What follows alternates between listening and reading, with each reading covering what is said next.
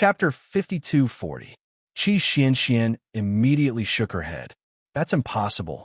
Jojo herself is an outstanding pill master. If it were twins, she would have told us long ago. That's true. The little fatty, Ko Hongwon, had finally gotten over the previous matter. He grinned as he followed beside his wife. Wife, don't call me that. Qi Xianxian pursed her lips and secretly glanced at him. However, she couldn't suppress the sweet smile on her face. Who's calling you that? Our wedding is almost on schedule. It'll be soon. I'll call you in advance. Hee hee. Umph. Qi Xianxian pulled Xiaolin over and pointed to the front. Over there, over there. Let's go and take a look. When the group arrived at Kai Dai Pavilion, they heard Gu Yishuan angrily shouting at the people around him. What do you know? Who asked you to talk nonsense? Senior brother. Mu Xiaoxue's tone became more serious as she glared at Gu Yishuan. Why was she talking nonsense with these ignorant people? She still had serious matters to attend to. When Gu Yishuan saw Mu Xiaoxue's gaze, his mind became clearer. He nodded and retreated to the side. However, his eyes were still fiercely glaring at the women who were mocking him. The little crown princess sat upright in the carriage. Behind her, a row of little radish heads were curiously looking at Mu Xiaoxue and the others. Woman, do you need this lord's help? Lord Guangguang shouted. The little monk raised his hand and patted his head. Don't call mother a woman. Is she not a woman? Lord Guangguang angrily brushed away the little monk's hand. I'm seriously warning you. Don't touch my head again. Your head is very similar to mine. Hong Kong had a serious expression. When I touch your head, it feels like I'm touching my own. Kaisho almost laughed out loud. She hurriedly went forward and pulled the two little radish heads to her side. She reached out and covered the little monk's mouth. Don't be noisy. The crown princess is doing something serious. You two shouldn't go over and cause trouble. Oh, Lady Guangguang curled her lips and unwillingly crawled back 2 steps, sitting beside Kai Xiao and the others. Mu Xiaoxue bowed to Arbor again. Crown Princess, long time no see. The last time we met was in the underground black market of Jiaowei City, right? Wow, is there something wrong with you? The little monkey blinked his eyes and could not help but cry out. Not long ago, I saw you at the River of Forgetfulness. Back in the Fectus Secret Realm. Weren't you chased and beaten by that big sister? Have you forgotten? Mu Xiaoxue was so angry that she almost vomited blood. The last thing she wanted to talk about was the Fectus Secret Realm. That evil woman from Arbor had chased after her and Luo, He's group, with teleportation talismans. She had beaten them until they had no choice but to give up everything in the secret realm and escape with the stairway talisman. This incident made her deeply realize that it was impossible to achieve anything without strength. This evil woman before her had relied on her strength to bully others. Bully an ordinary woman like her, who had no cultivation at all. It was simply hateful to the extreme. Mu Xiaoxue fiercely glared at the little monkey and said coldly, Children, don't interrupt. I have something to say to your sister. Little monkey curled his lips and looked unhappy. Arbor patted her and comforted the little monkey. She then turned to look at Mu Xiaoxue with a cold smile. Chapter 5241. Your mother, how is she? When Mu Xiaoxue heard the woman in front of her ask about her mother, she immediately thought of her mother's scrawny and terrifying appearance. She was good? What was good about her? Her mother was almost tortured to death by them. And this was considered good? Mu Xiaoxue forcibly suppressed her anger and put on a bright and gentle smile. Mother, she's fine. She practically squeezed the word fine out of her teeth. What was fine? Not all. This was all thanks to Arbor, who had tortured her mother so many times, causing her mother to end up like this. This vicious woman, why didn't the heavens just strike her with lightning and kill her? The heavens were indeed unfair. Arbor, this vicious woman, had done all kinds of bad things, and even treated her, an ordinary person, so ruthlessly and viciously. Why was the heavens still unwilling to accept her? Why? Mu Xiaoxue clenched her fists tightly and smiled carelessly, pretending not to care. She asked gently, I wonder if the crown princess still remembers what happened in Jiaowei City. At that time, you participated in the Academy's Tianyuan ranking finals and went to Jiaowei City. Do you still remember? Hearing her mention Jiaowei City several times, Arbor's heart skipped a beat. He looked Mu Xiaoxue up and down. Mu Xiaoxue, as a disciple of Tianyuan, what do you want to do by appearing so openly in my Dragon Flame City? Provoking the imperial power? Or provoking me? Wow. Hearing the crown princess's words, the crowd immediately burst into an uproar. Everyone cursed at the same time. She's from Tianyuan? What? I really couldn't tell that such a weak and delicate girl is actually a member of that evil organization, Tianyuan. She's not a corpse puppet, is she? Wow, this corpse puppet has evolved and is such a dignified appearance. Fuck, she's mixed in with the crowd. A corpse puppet is no different from us. Who was a corpse puppet again? Mu Xiaoxue was so angry at those foolish commoners that she was about to ascend to the heavens. Originally, she had gathered these spectators for the next stage of her show, who knew that these onlookers would not cooperate with her performance at all. Not only that, they would stand on the crown princess side all day long and criticize them. Damn it. Why hasn't there been any movement from the hidden sentries and agents they planted among the crowd? Mu Xiaoxue glanced at Qin Xiao. Qin Xiao gestured at her and nodded silently. Mu Xiaoxue's heart immediately relaxed. No problem. Zither Grass had already arranged everything. They just had to wait for the show to begin. Mu Xiaoxue took a deep breath and instantly squeezed out 2 drops of tears. She cried pitifully, "Crown Princess, why are you slandering my daughter? My daughter is just an ordinary girl with no cultivation at all. Why do you want to frame my daughter and say that I'm a heavenly fate disciple? Your mother, Mu Qingya, is the hall master of the heavenly fate flying heaven's hall. Everyone knows this." Arbor smiled coldly and interrupted her sobbing. "What are you trying to do? Why don't you get straight to the point?" Mu Xiaoxue secretly gritted her teeth. "Crown Princess, if I speak too harshly, you'll definitely think that I'm talking back to you. But this matter, then don't talk about it." Arbor waved his hand and gave the 2 hidden guards a look. The 2 immediately understood and reached out to grab Mu Xiaoxue without hesitation. Chapter 52-42. Mu Xiaoxue was so flustered that her expression changed. She knew very well that if she were to fall into the hands of the crown princess, she would definitely suffer. Qin Xiao frowned and flew up to stop the 2 shadow guards. He turned around and shouted at Mu Xiaoxue, "What are you blabbering about? Hurry up and get to the point." She was about to be beaten to death by the little crown princess, yet she was still blabbering over there. He really didn't know what the family head saw in this girl. How could she be someone who knew how to act? She was more like a hypocrite. "Crown princess, don't avoid answering." Mu Xiaoxue shouted. "You should remember the incident at Jiaowei City very clearly. That day, you beat up Nai Hanji from Medicine King Island.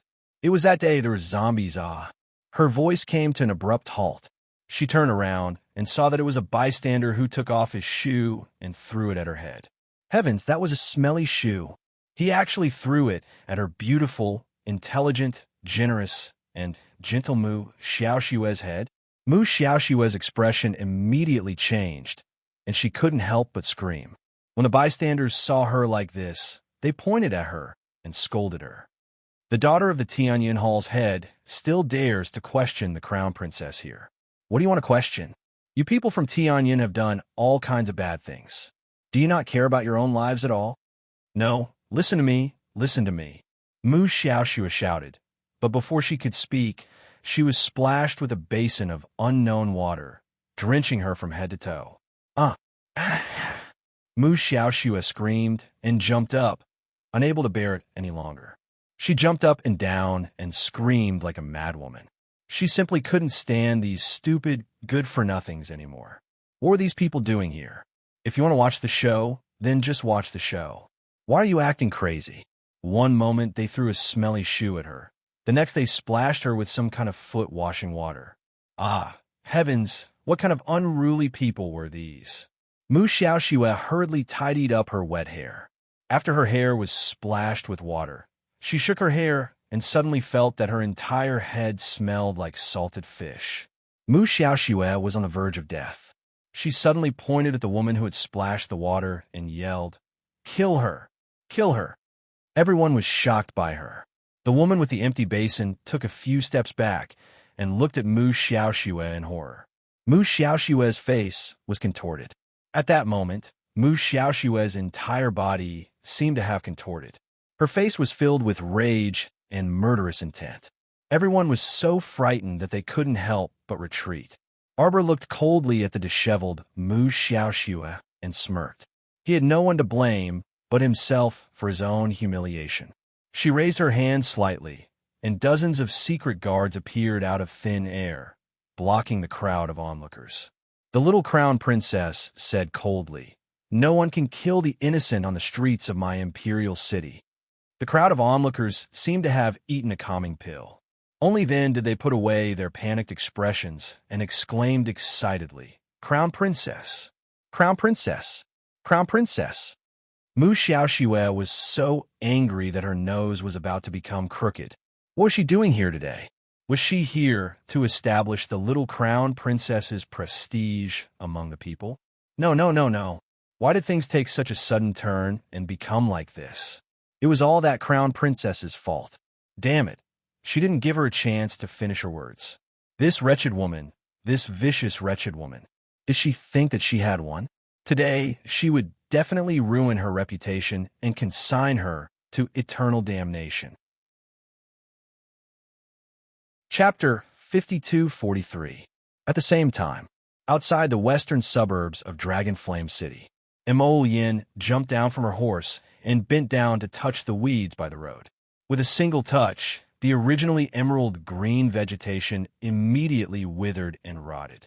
Xiao Yi hurriedly asked, "Your Highness, is this the effect of the medicine?" Imo Yin nodded slightly. "This area is full of poisonous weeds. It was just that they had no effect on him. His medicine was about to break through to the god level, and under the catalysis of the ancient Imo Yin, his medicine had also improved greatly. He was just short an opportunity, or perhaps an epiphany. He could successfully advance to a god-level apothecary. Indeed, this opportunity was something that could only be encountered and not sought after. But now, the concentration of his medicine was basically comparable to that of a god-level apothecary. However, he did not know if there were any god-level apothecaries in this world. After all, it seemed that there were very few heaven-level apothecaries in the 3 continents. Poisonous plants and flowers like this were no longer of any use to him. On the contrary, once they came into contact with his medicine, they would wither and curl up endlessly. This was the terrifying part of the medicine's reverse nourishment. Not only could he reverse poison these things to death, but he could also absorb part of the essence of these poisonous weeds and flowers. The neurotoxin devilgrass that Ding Ting Ding used to poison him could no longer have any effect on him. "Look around." Imo Yin waved her hand and asked Xiao Yi to lead the group to pour tea. "Have you all taken the antidote pills? Be careful." "Yes, sir." The crowd dispersed. After half a cup of tea, they quickly gathered back. Xiao Yi cupped his hands and said, "Your Highness, after crossing a collapsed mountain in front, we will reach the thatched forest. That ruined temple is on the abandoned slope outside the thatched forest." "What's a collapsed mountain?" Imo Yin frowned. "Your Highness, it should be the Dou family's residence." "East Peak Mountain." "Oh." The Crown Prince nodded. "Is it the mountain that Duanmu Qing and the others went to the 5 spirits reincarnation and flattened?" "Exactly." "Your Highness," Xiao Yi replied meticulously, "this subordinate has gone to take a look. The mountaintop is completely bald.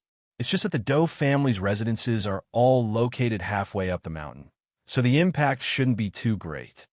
It's just a bare mountaintop. It looks funny." Crown Prince glared at Xiao Yi. "You talk too much. Does this prince need you to explain so much?" Xiao Yi immediately shut his mouth and looked around, but he did not speak for a long time. "If you have something to say, just say it." Prince Mo, who couldn't stand this pretentious act, glared at his subordinate. Xiao Yi hurriedly said, "Your Highness, I've taken a look. There's a small town with white households over at the thatched forest. It's less than 10 li away from the ruined temple. Do you think these residents will be killed? Mo Lien frowned. Bring some people with you to take a look. Remember not to alert the enemy. He had to go back and discuss this matter with his wife first. All right, I'll get to work now. Xiao Yi hurriedly waved his hand and had the night pavilion disciples gather by his side. Your Highness, you should go back as well. It's getting late. After dinner, the crown princess should be thinking about you. Emolian deeply agreed. The little crown princess would think about her husband every time she ate. This habit was really too good. As expected, she was a baby that he raised single-handedly. How wonderful! Prince Mo glanced at his subordinates and turned to mount his horse. Chapter 52-44. Then you guys take care of it. This crown prince will be returning first. He wondered if his wife was getting impatient from waiting in the palace and had to hurry home to eat with his wife. Respectfully sending off your highness the crown prince. Xiao Yi and the others secretly laughed as they lowered their heads. Prince Mo pretended not to hear their laughter as he rode his horse and rushed towards the city. It was all because of Tian Yun's wild ambition. It was almost a New Year's Day, and he didn't have any idle days to pass. He was busy all day, busy settling the accounts. Now, he even had to go to Zhao Wang's headquarters to check. He was so busy that he was like a spinning top, unable to turn around. If it wasn't for Tian Yun playing tricks all day, at this time, he should be by his wife's side at all times, accompanying her, and baby Mo Lien urged his horse all the way back to the city and hurriedly rushed towards the palace. He galloped all the way to Changle Street. When he was about to turn the corner, he heard the spirit horse suddenly neigh and almost stood up. Mo Lien slightly knitted his brows and reached out to press down on the reins, pressing down this restless spirit horse. The spirit horse snorted and tested the edge with its hooves. Mo Lien waved his hand, and a black flame suddenly broke through the barrier in front of him. A faint buzzing sound suddenly rang out in the air. He actually didn't know that on the way back to the palace, there was a man-made barrier here. He really had big dog guts. At the same time, just as the crown prince was about to use brute force to break through the barrier, suddenly, two people in the crowd spat out 2 mouthfuls of blood and fell to the ground. The spectators were originally enthusiastically shouting for the crown princess, crown princess. In the end, they were shocked by this unforeseen event and hurriedly separated to the sides. 2 pale-faced young men kneeling on the ground appeared in front of the crowd and fell into the young crown princess line of sight. Ha ha ha! Backlash! Ha ha! Qi Xianxian laughed in schadenfreude. She pointed at the 2 youths and laughed. So it's you guys. You set up a barrier on Changle Street. It seems like the barrier was broken from the outside. Ha ha ha ha! What a joke. If he wasn't strong enough, why did he have to set up a barrier? In the end, he still ended up getting slapped in the face. Ko Hongwen's eyes lit up. Maybe the crown prince is back. Just now, he had seen that the barrier was quite sturdy. It should be a barrier set up by more than 1 7th level God Realm expert. To be able to break through the barrier of 2 deity realm experts in one fell swoop, this terrifying strength was probably only His Highness the Crown Prince. At this moment, the 2 deity realm experts actually spat out blood and fainted on the ground. It could be seen that when the person broke through the barrier, he intentionally added something. The backlash directly knocked out the 2 deity realm experts. Terrifying. Qin Grass shuddered slightly and hurriedly gave Mu Xiaoxue, who was stunned on the spot, a wink. Quick, quick, quick!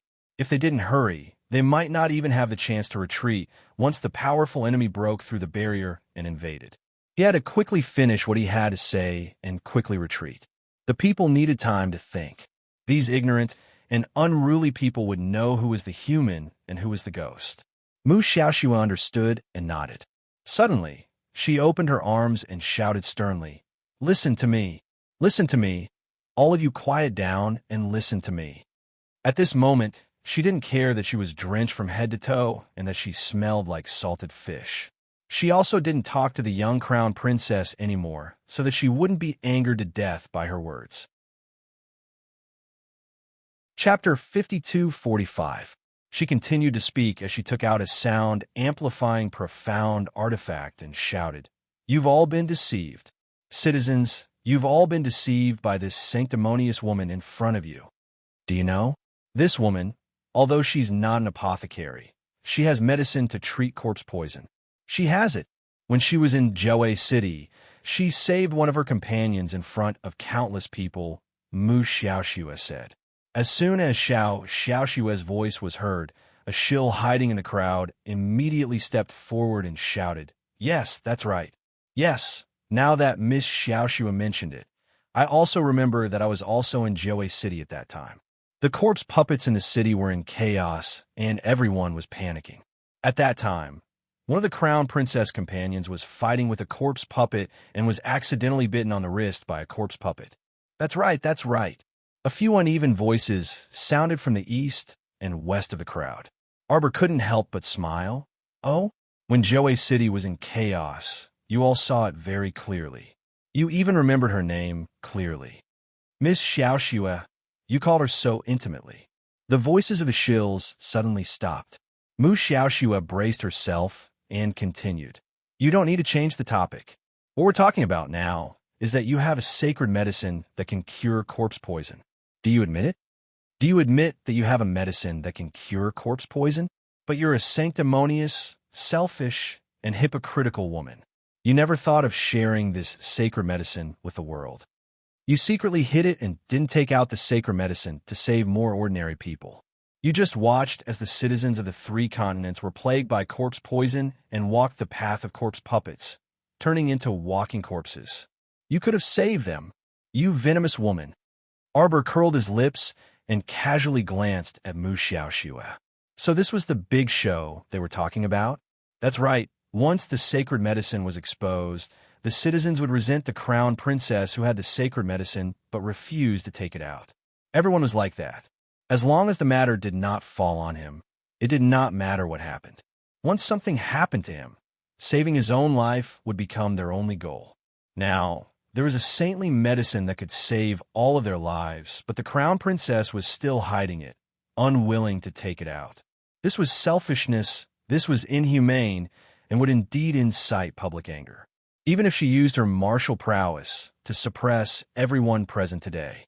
However, she believed that the news would spread to every corner of the 3 continents by the next day. She, Arbor, would become the most vicious woman in the 3 continents, a sinner.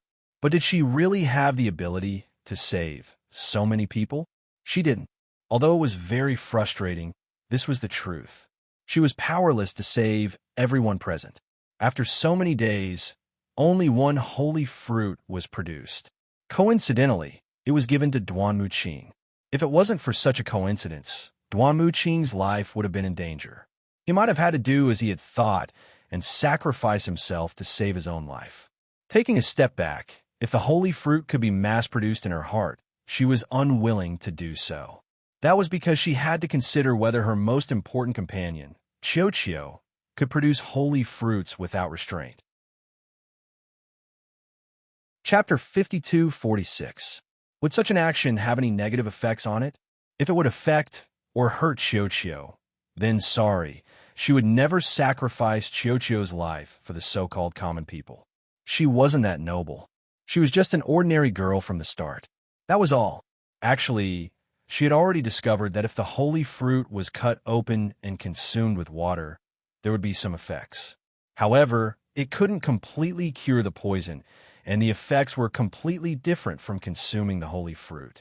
After the holy fruit was cut open and consumed, it still needed to be combined with the medicinal effects of a high-level medicine master. It could extend the life of others for another year or so. That was all. Furthermore, she had never said that she was the savior of the world. She couldn't selflessly sacrifice Qiuqiu's life to save the common people. It would take some time to develop a cure for this poison. Not now, and definitely not to sacrifice Qiuqiu's life. Qi Xianxian and the others all realized that something was amiss and hurriedly ran forward to surround the young crown prince consort. They glared fiercely at those restless commoners. "Do you want to die? Don't do anything," Arbor said calmly. Although she wasn't a particularly selfless person, she still had a bottom line. At least, she wouldn't let her friends kill these defenseless commoners. She couldn't do it.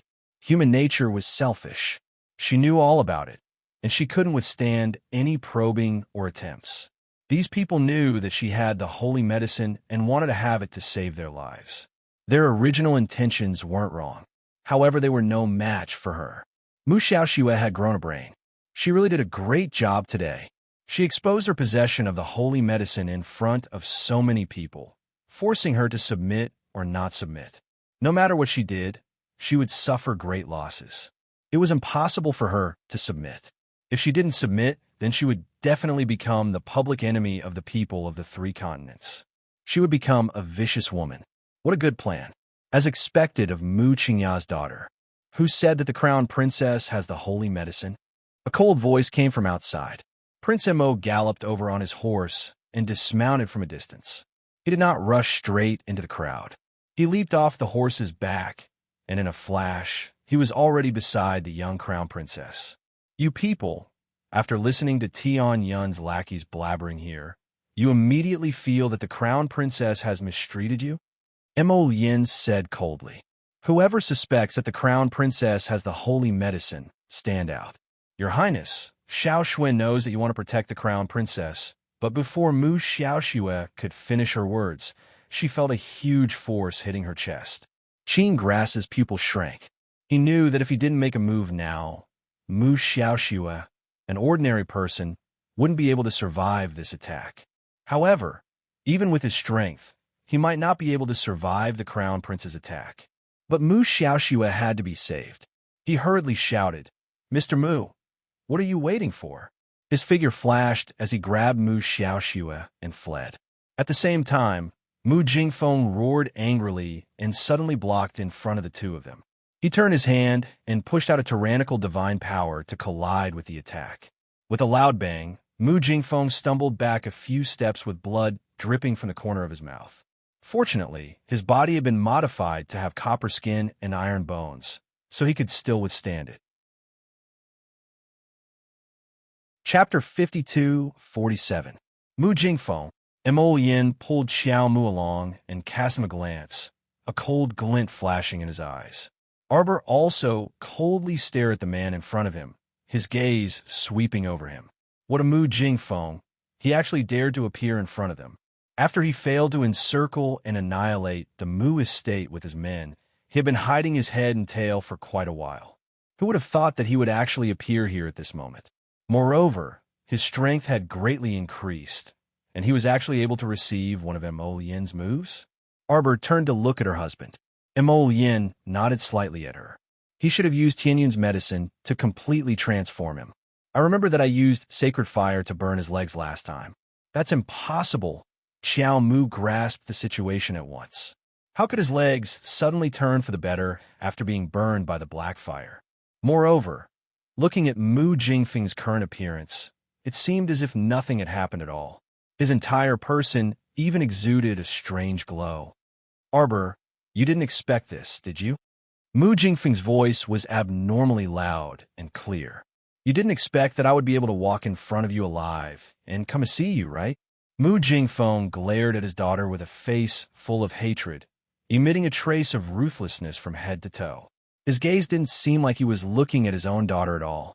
It was as if he was looking at a mortal enemy. In the depths of his eyes, there wasn't a trace of friendship toward his daughter.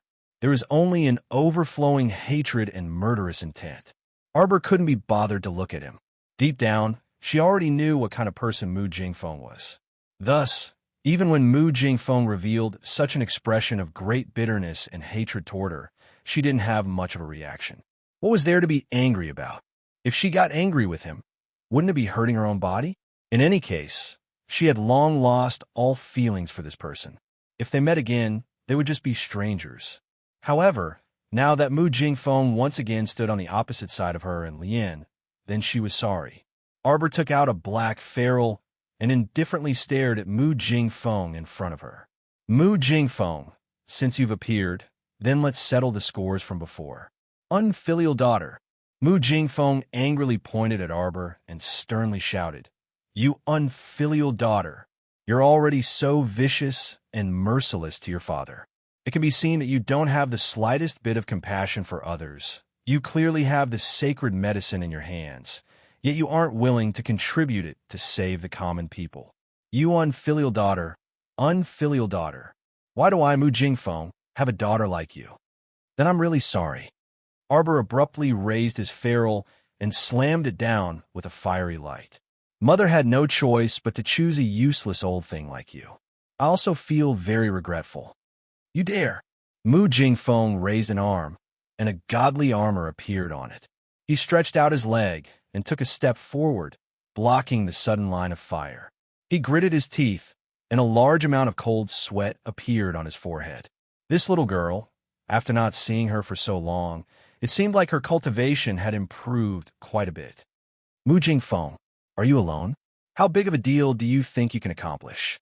Tianyun is too unfilial, isn't he? He let you risk your life alone, yet he didn't give you the corresponding manpower, Arbor coldly said. Do you know? If you forcefully stick your head out, you'll lose your life. Mu Jingfeng couldn't help but shudder. Disgraceful thing, you actually dared to speak to your own father like that. Chapter 5248. At the same time, old Master Mu, who had received the news, rushed to Changle Street with a group of clansmen. When he saw Mu Jingfeng, old Master Mu could not help but be stunned. Back then, Mu Jingfeng had failed to create chaos and left in a sorry state. Old Master Mu and the rest had all witnessed it with their own eyes. But now his body was actually fine, and he was able to stand here in such high spirits. This was truly shocking. No one knew what was going on with this Mu Jingfeng. Old Master Mu's face darkened, and he could not help but shout angrily, Jingfeng, do you really want to take this path? Becoming enemies with the family and his own daughter's life and death enemy. Mu Jingfeng turned to look at old Master Mu. Father, I've long had no way out. Fifth Uncle Mu Jingyang stomped his feet in irritation. Mu Jingfeng, you've let down the entire Mu family. For your own selfish desires, you opened the Mu family's doors to Tianyun. Not only did you bring people to the Mu family to plunder talismans, you even want to kill your own daughter and family. You're simply insane beyond words. Eldest uncle, if you still have a bit of conscience, quickly turn back. Mu Wuzi, who was standing beside his father, also spoke up. Mu Jingfeng could not help but laugh out loud. Ha ha ha, what a pretentious act of hypocrisy. Turn back? Do you think I can still turn back at this time? Let me tell you people, if I, Mu Jingfeng, weren't forced by you all, would I have walked on this path of no return? Every single one of you here has a part in forcing me onto this path of no return. He shouted angrily, his old face flushed red. It's all your fault. Arbor could not help but roll his eyes. Why are you all talking so much nonsense with him? This kind of person will push the blame to others no matter what he does. He's a reasonable person, and he always feels that he's not in the wrong. Jingfeng, you've disappointed me too much. Old Master Mu shook his head and slowly closed his eyes. Mu Jingfeng sneered.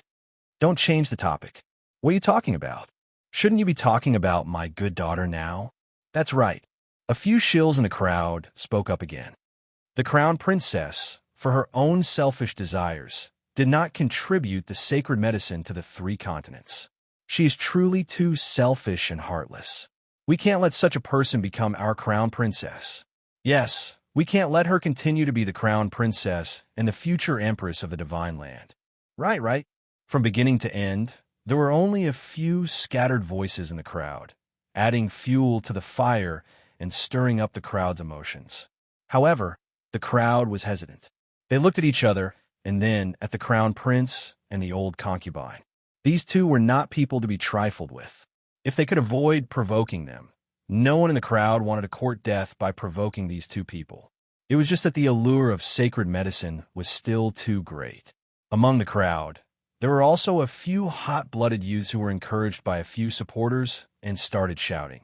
The crown princess should hand over the sacred medicine. Yes, hand it over. Hand over the sacred medicine so that we can benefit the commoners. Qi Xianxian was so angry that she roared. Benefit, you bunch of repulsive people? You might as well feed it to pigs. What did you say? A few youths angrily glared at Qi Xianxian, looking like they wanted to fight at the slightest disagreement. Qi Xianxian suddenly flung her cloak to the ground and hooked her finger at those red-browed and green-eyed youths. Chapter 52-49. Come at me, weaklings. As long as you can take 3 moves from me, I'll immediately kneel and kowtow to you to apologize. How could the youths endure such provocation? They immediately jumped out in anger and threw a few punches at Qi Xianxian at the same time. Little Fatty was enraged when he saw this. These people actually dared to gang up on his wife. Did they eat tigers, wolves, and leopards' guts? Or were they too happy living and tired of living? Daring to hit his wife, just wait for death. Little Fatty's hand moved, and a fierce double-headed hammer appeared in his palm. He swept it across and mercilessly sent 2 of the youths flying. They were the ones who made the first move, so don't blame him for being merciless. Mu Xiaoxue was protected by Qin grass as she retreated a few steps, her face full of fear. The instant the crown prince made his move, she genuinely felt a sense of impending death assaulting her. She was almost killed by the crown prince's tyrannical power. Almost just a little bit more. Fortunately, Mu Jingfeng came out to protect her, and only then was she able to hang on to her life. The more it was like this, the more she hated her powerlessness to resist. Why did everyone treat her like this, treating her like she was the mud under the roof that could be exposed and stepped on as they pleased? She, Mu Xiaoxue, was born with such an unlucky life. Why did everyone have cultivation, but she didn't? The more she thought about it, the more she hated and raged. Mu Xiaoxue secretly gritted her teeth and tightly clenched her fists. There would be a day when she would rise up. There would be a day when she would trample all these people who looked down on her beneath her feet. Set up the formation. Old Man Mu angrily shouted and turned to nod at Arbor. Let the Mu family deal with Mu Jingfeng.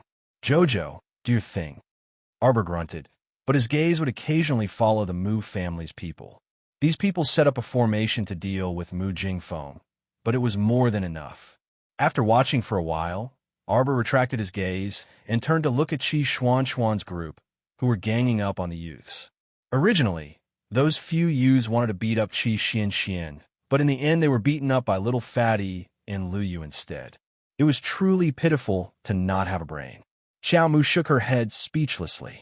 Emolian took a step forward and said to the people who were looking at each other, "Don't be instigated by people with ulterior motives. Jojo doesn't have any sacred medicine.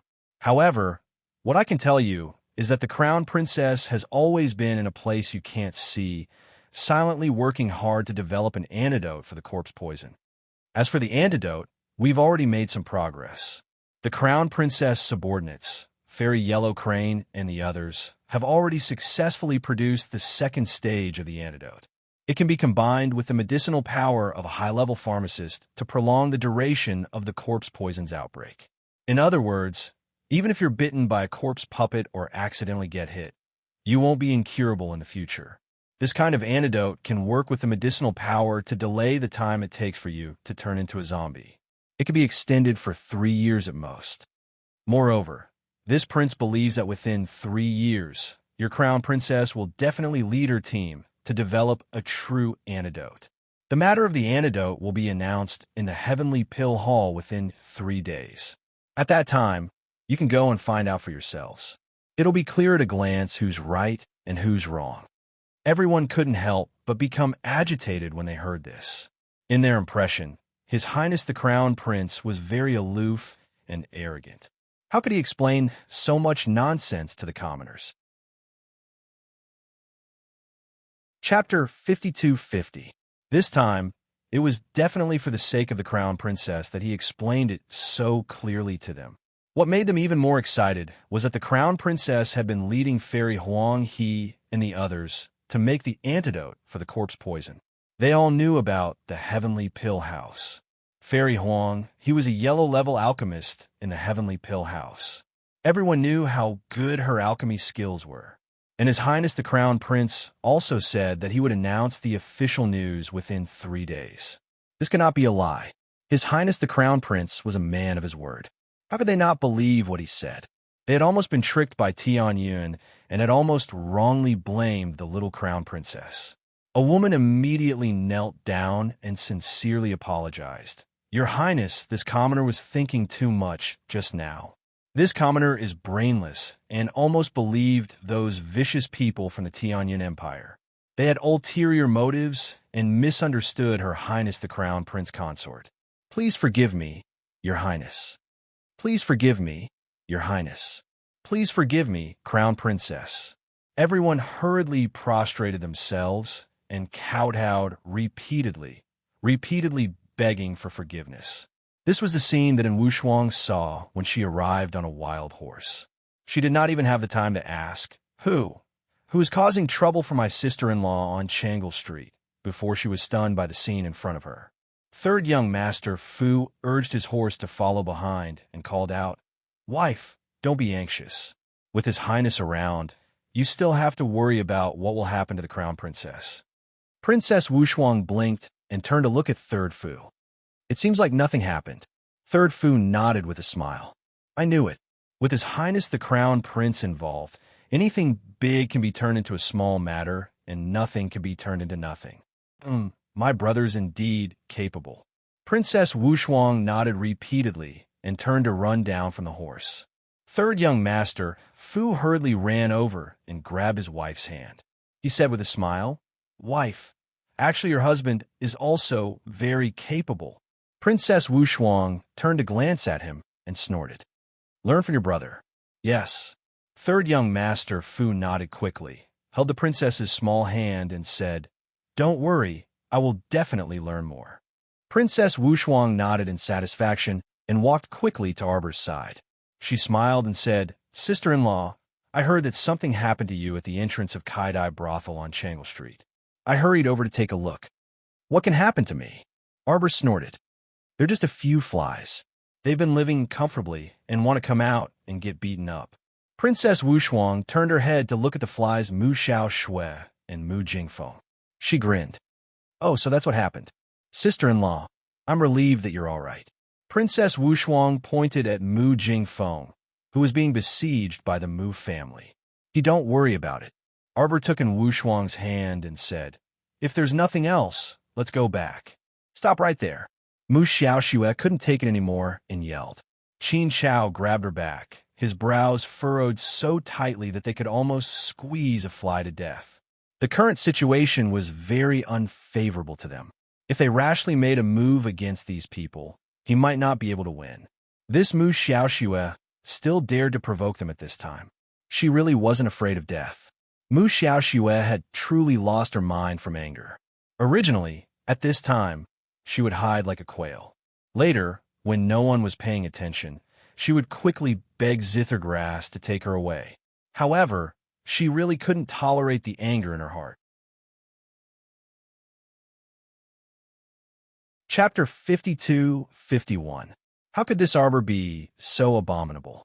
The matter of Jiaowei City and the holy medicine had been exposed, but it didn't affect her at all.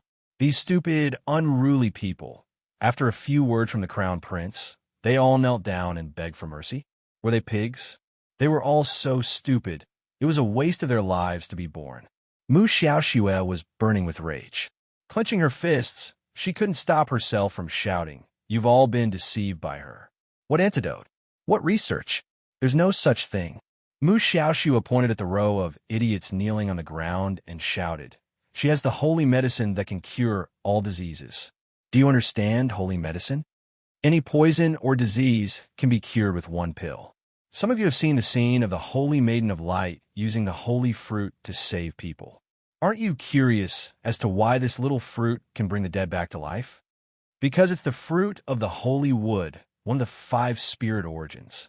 And the Holy Maiden of Zhaowang only produced a holy fruit because she had a fragment of the holy wood. And this crown princess of yours, she has an entire holy wood. She is shut your stupid mouth and stop talking nonsense. And Wuxuang shouted angrily, Zhaowang? What Zhaowang? The imperial court has already investigated Zhaowang.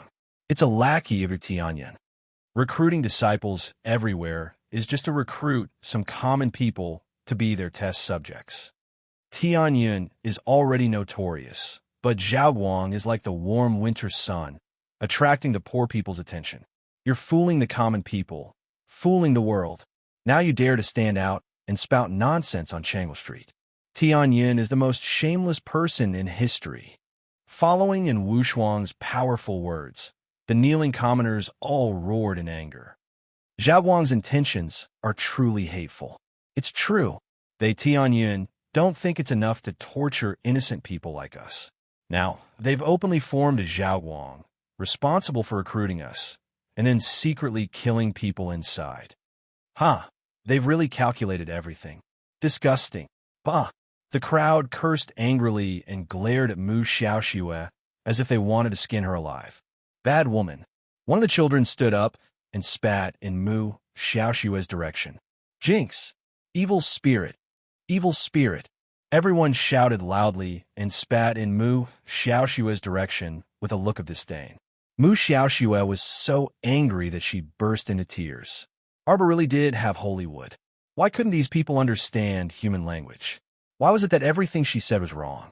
Why was it that when the crown prince only said a few words, these foolish people would think that everything the crown prince said was right? Qin Grass looked at everything in front of him and knew that the situation was hopeless. The best time had passed.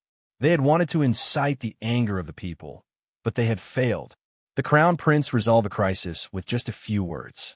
He was really amazing. Of course, he did not rule out the possibility that these people were just smart people who understood the situation and did not dare to go against the crown prince and crown princess. However, once the seed of doubt was planted, it would grow day by day, take root, and grow strong. Chapter 52:52.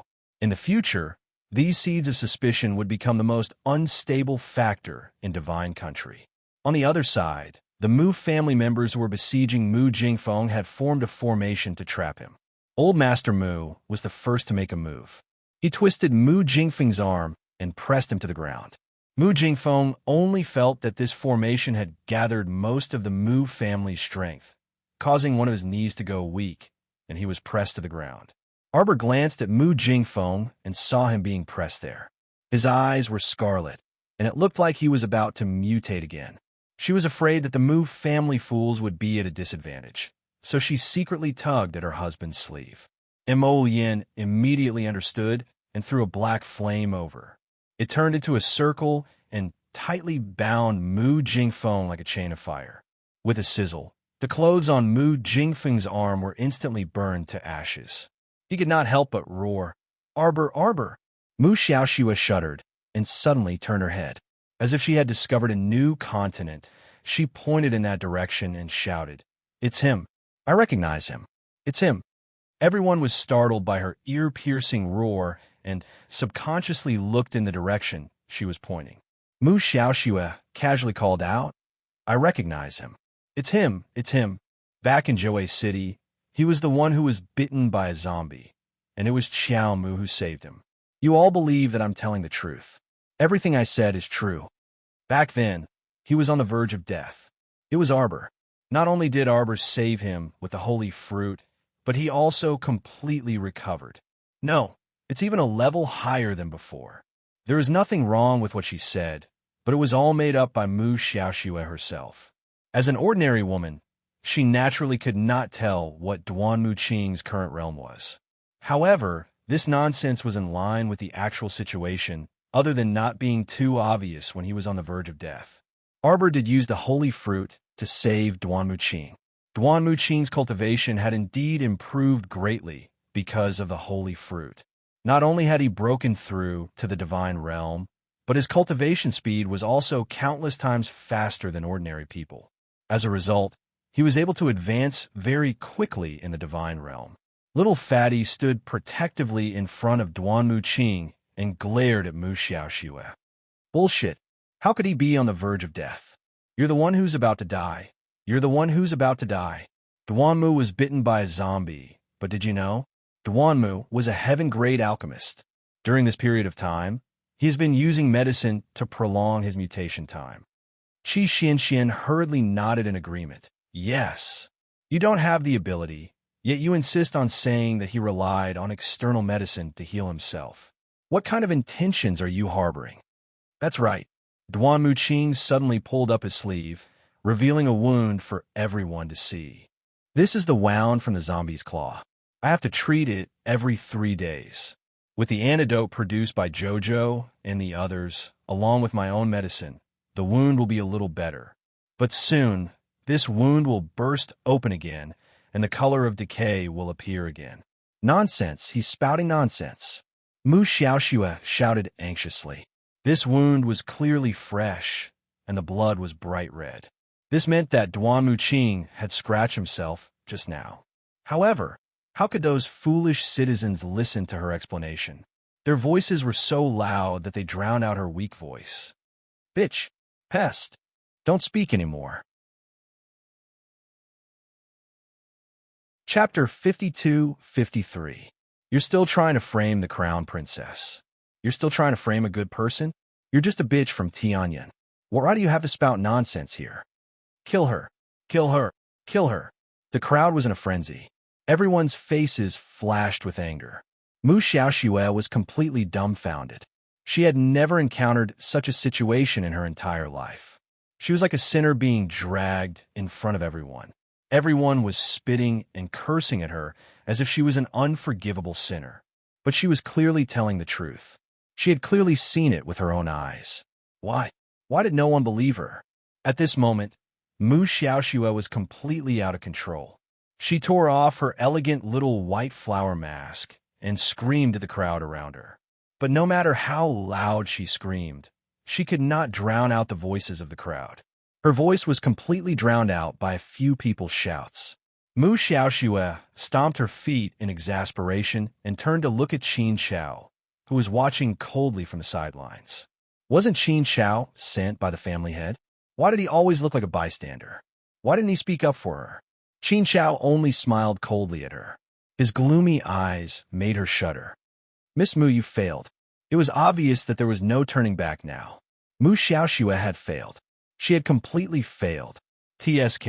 With Mu Xiaoxue's weak fighting strength, she was still unable to win against the fierce crown princess. Qin Xiao's cold words almost made Mu Xiaoxue cry and kneel down. Failed? What did failure mean? Failure meant that she would not be able to get the inverse the universe charm. She would not be able to get it, no. Humans were like this. Once they had hope and fell into pain and despair, it would be harder to accept than when there was no hope at all. Mu Xiaoxue was in such a situation now. She had thought that her life would be turned upside down. But now her only hope seemed to have been shattered. She cannot accept it. She really cannot accept it. Give me another chance. Lord Qingrass, please give me another chance. Mu Xiaoxue collapsed in front of Qingrass with a thump and tugged at his sleeve, begging him to let her go. Qingrass sneered, pulled back his sleeve, and glanced at her. Master had ordered that regardless of success or failure, he was to bring this woman back. It seemed like she still had other uses. She couldn't just die like this. Moreover, this woman's looks were not bad. He still had a plan. Qingrass smiled gloomily at Mu Xiaoxue and lifted her up with one hand. He turned around and was about to jump onto the roof and leave. A black light whizzed towards his chest. The speed of the black gold arrow was extremely fast. In just a few seconds, it had already arrived in front of Qingrass. Zither Grass didn't panic. He activated his defensive barrier to block the attack. When he turned around, he was already sweating. Countless lines of fire, like small black snakes, slithered towards him, so fast that it was almost suffocating. At this critical moment, in order to save her life, Qingrass could not care less about Mu Xiaoxue in her arms. Then, he threw her to the ground and quickly climbed up the wall. Then he flashed away. If he wanted to escape alone, it would naturally be easier for him to escape. It was hard to say what would happen if he dragged along a burden who could not be of help. Chapter 52-54. Comparing other people's lives to his own, of course his own life was more important. Arbor raised his eyes and looked at him coldly. He lowered his eyes slightly and sneered mockingly. Escape? Where can you escape to? On the other side, Mu Xiaoxue who was casually thrown aside, was completely frozen on the spot. The hatred in her heart once again turned the sky and earth upside down. That sheen grass actually left such a delicate and weak woman like her and ran away by himself? Where was his conscience? Where was the justice of the pugilistic world? Were all these things eaten by dogs? Seeing that the black fire was coming and she was about to die, Mu Xiaoxue cried out and screamed, "No, please spare my life, Your Highness. Please spare Xiaoxue, Your Highness. Xiaoxue won't dare to do it again." Whoosh! A figure was suddenly kicked in front of Mu Xiaoxue like a ball. The newcomer widened his eyes and looked in horror at the clusters of black fire coming from the opposite side. He was suddenly hit by the black fire. His entire body couldn't help but boil and burn. Mu Xiaoxue, who was originally paralyzed on the ground, was quickly picked up by a tall man and flashed to the side. "Father!" Mu Xiaoxue cried out in surprise and joy. At the crucial moment, City Lord Mu appeared and saved her life. As expected, her biological father was awesome. The one who was kicked in front of Mu Xiaoxue to block the attack was the unlucky Mu Jingfeng. Mu Jingfeng was originally tied to the side after Old Master Mu took him down. When everyone's eyes fell on Mu Xiaoxue and Qinggrass, even Old Master Mu didn't notice Mu Jinghong's sudden appearance. When he realized that something was wrong, Mu Jingfeng had already been kicked out to block the attack. In the blink of an eye, Mu Jingfeng's body suddenly swelled up and mutated exaggeratedly. "It's you." Old Master Mu stared at Mu Jinghong in shock, his eyes revealing a trace of a strange light. Arbor glanced at Old Master Mu and felt that the old man's gaze was a bit strange. Was City Lord Mu of the City of Shadows very famous?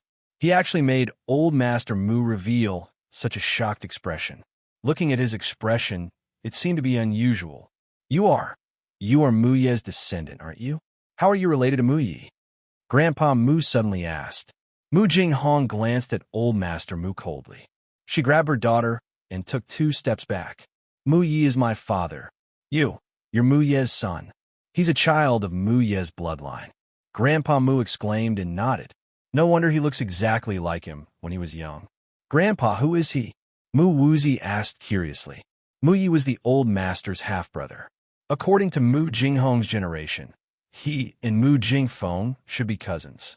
Seeing his ruthless appearance earlier, using Mu Jingfeng as a shield without hesitation, it was clear that he did not have the slightest bit of affection for the Mu family.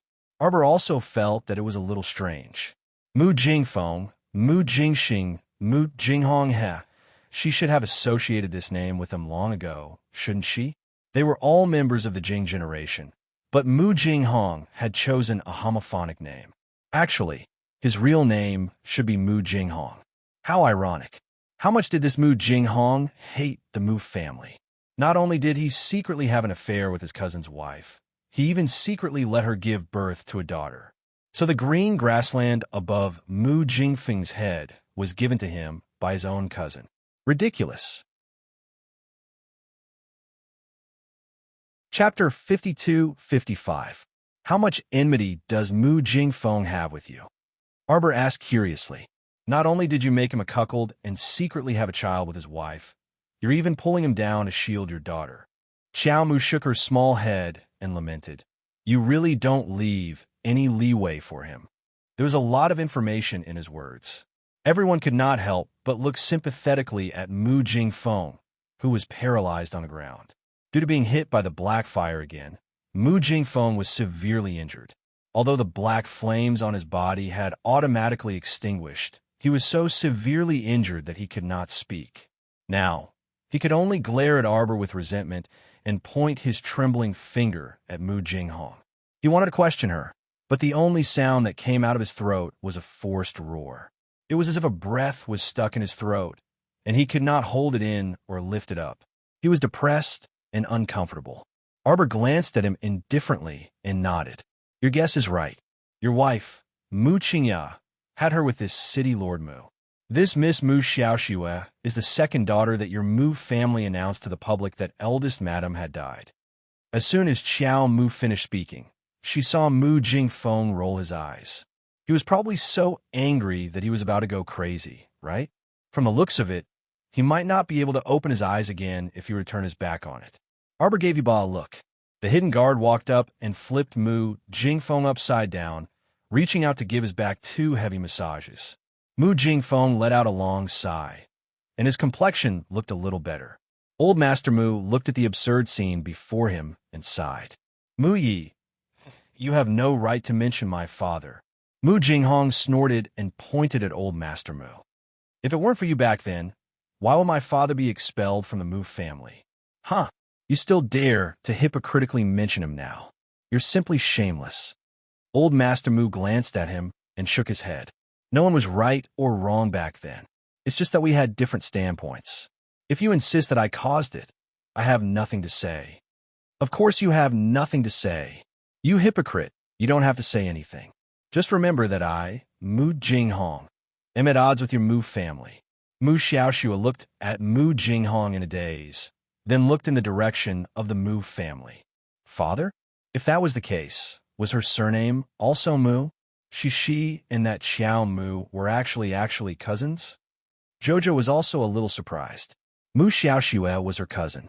How could such a little white flower have the same blood flowing in her body as her? How could they share the same bloodline? Who would believe it? Are you kidding me, sister-in-law? That weird woman is your cousin? And Wu Shuang asked with a strange expression. Then the two of you are really too different. Princess Wu Shuang shook her head honestly. If I hadn't seen and heard it with my own eyes, I wouldn't have believed it. Little sister-in-law's martial arts were peerless and the universe was invincible and adorable, while Mu Xiaoxua was a cripple who couldn't cultivate. The difference between them was like heaven and earth. Mu Xiaoxua also thought of this at this moment, and her face was as white as a sheet. She felt that most of the people present were looking at her. They were laughing at her. As the daughter of a talisman aristocratic family, she couldn't even compare to half a strand of hair of his sex, eldest miss. Chapter 52-56. These people must be laughing at her for being a pheasant, and that she would never become a real phoenix. But in fact, she felt guilty and thought too much. Not many people were looking at her. Instead, they were all staring at Mu Jinghong behind her. Mu Jinghong suddenly revealed his identity. Everyone did not expect this. In addition, he was so ruthless earlier, kicking Mu Jingfeng to death with one kick. His actions were swift and fierce, causing everyone to be shocked. Mu Jinghong looked coldly at Old Master Mu and the others. I know you hate me so much that you want to kill me. Old Master Mu sighed and shook his head. You're called Mu Jinghong, right? That's not the case. I know that it's actually you who resents our Mu family in your heart. But actually, you don't have to say this hypocritically. Mu Jinghong waved her hand and sneered. Mu Jinghong, if you still have a trace of kindness to us, then let us go today. No way. Without waiting for Old Master Mu to speak, Princess Wu Shuang jumped out and reprimanded angrily. Mu Jinghong, as the City Lord of Shadows, you had an affair with the Hall Master of Tianyun's Soaring Heavens Hall and even had a daughter. I don't think you're innocent. You have a cooperative relationship with Tianyun, right? You're slandering us. Mu Xiaoxua was so angry that her face turned pale. She held her father's arm and said coldly, We don't know what you're talking about. What Tianyun? How can we? Miss Mu, can you stop pretending? Qi Xian couldn't help but roll her eyes and interrupt her. The person who was standing beside you and protecting you just now. Do you think we're all blind? Isn't that the dog by family head Qin's side? What's his name again? Guqin Grass. Little fatty Ko Hong Wen hurriedly said. Yes, isn't that Guqin Grass? Ha, you just knelt down and begged him, asking him to save your life. Your memory is really fed to the dog. You and your father are both related to the Qin family. Now, everyone knows that the Qin family is the culprit behind the entire Tianyun Empire. Princess Wu Shuang nodded and said, What? Do you still want to deny it? Mu Xiaoxua cowered behind Mu Jinghong. Her eyes were red, as if she had been wronged. In fact, Mu Xiaoxua really felt that she had been wronged. What did the whole thing have to do with her? She had never joined the Tianyun Empire. She was only doing things for the sake of that talisman that could change her fate. None of the people present found Mu Xiaoxue's behavior pitiful at all. In fact, they found her even more unpleasant to the eye. Evidently, Crown Prince Imo didn't plan to continue listening to this father-daughter pair's nonsense. He waved his hand, and a dozen hidden guards immediately pounced forward, encircling Mu Jinghong without any room for objection. "Father!" Mu Xiaoxue screamed in horror. In the blink of an eye, Mu Jinghong clenched his fist, took out a black bead, and smashed it on the ground. None of the shadow guards took a step back. Instead, they activated their defensive spiritual weapons to block the attack. The power of this spiritual bead was completely blocked by the shadow guard's defensive barrier. Mu Jinghong picked up his daughter, Mu Xiaoxue, and did not continue fighting.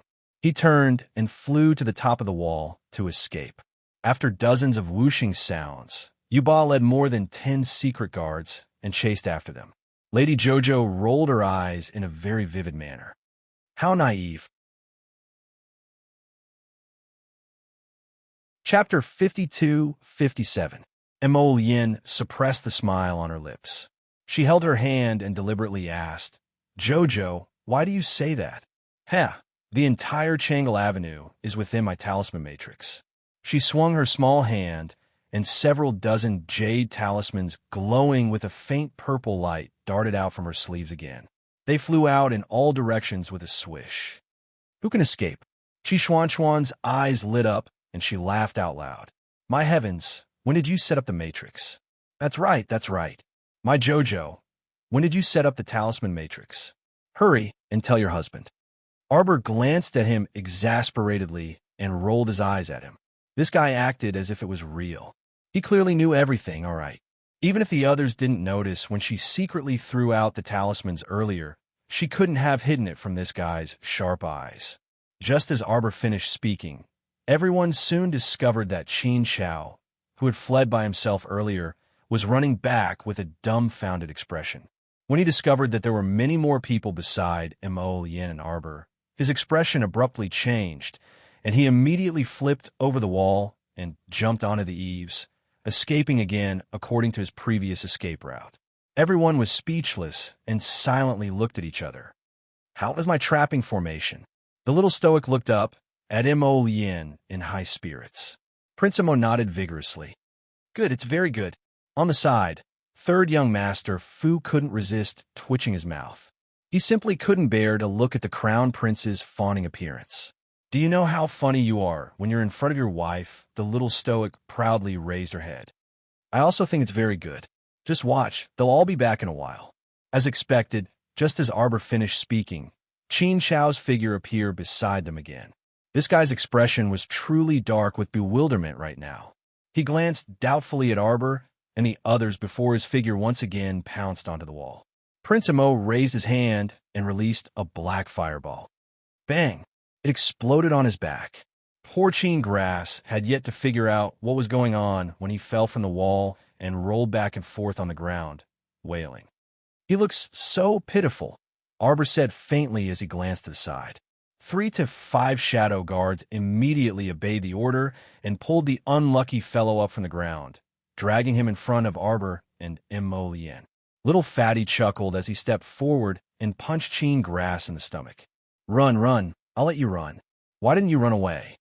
You've done all sorts of evil deeds and are utterly devoid of conscience. As a lackey of the Qin family, you should know quite a lot of things. All of you don't expect to get any news from me." Qin Xiao gritted his teeth and looked at everyone. "You're pretty stubborn." Little Fatty grabbed the man and turned to Arbor. "Can I soul search him?"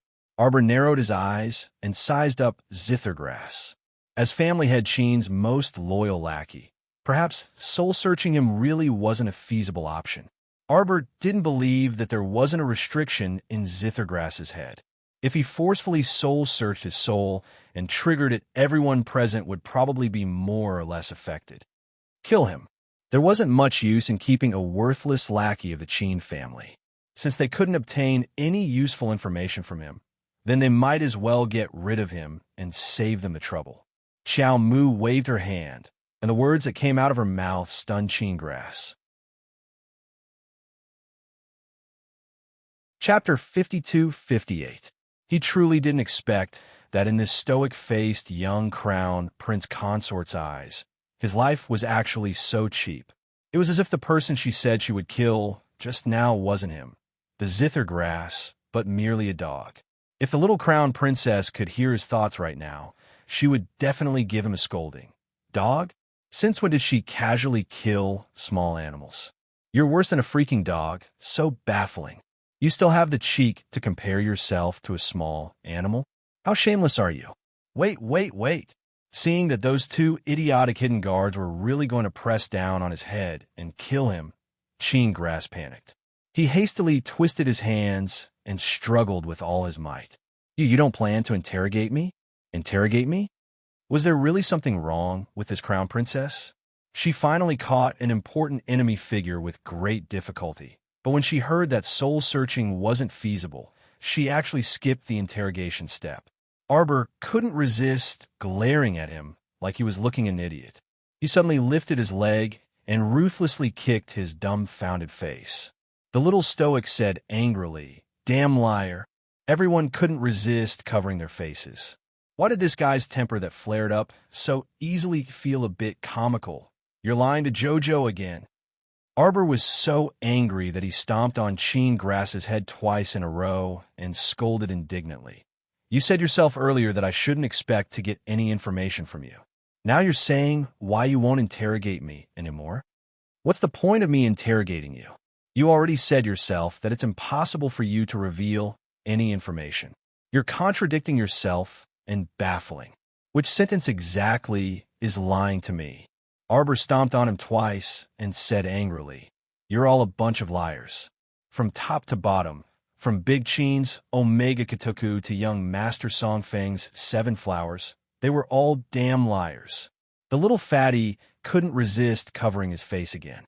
Jojo must have thought of something again and vented his bellyful of anger on Grass. Grass deserved his bad luck for provoking the temperamental Jojo for no reason.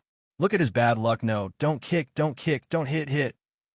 Grass squatted on the ground. His hands were held down, and he couldn't resist. He could only shout, I just want a promise from you. Promise to spare my life. I can tell you. Two-faced, despicable. Arbor was furious. Qi Xian and Princess Wushuang hurriedly rushed forward to stop her. Jojo, don't. Sister-in-law, let me. I'll kick her for you. You can't move, so watch me kick her. Everyone was speechless. Who are these people? Qin Xiao was kicked several times by Qi Xian and Princess Wushuang. He fell to the ground and curled up like a shrimp. Preposterous. Arbor snorted and turned to Emolien. Husband, this person. Ignore him. He's just stalling for time. How can we be tricked by a despicable person like him? Emolien grasped the little stoic's fingers and nodded. It's fine. This person is useless. After saying that, he waved his hand. Grass felt that Prince Mo's attitude when waving his hand was like waving an insignificant fly. In reality, Emolien also thought so. What could a mere zither herb do? Tianyan's higher-up secrets were probably only in the hands of a few people like Family Head Qin, Eldest Qin, and Omega Katoku. Even if they interrogated these lackeys, it probably wouldn't be of much use even if they searched their souls. Since that was the case, they might as well resolve this quickly so as to avoid leaving him there.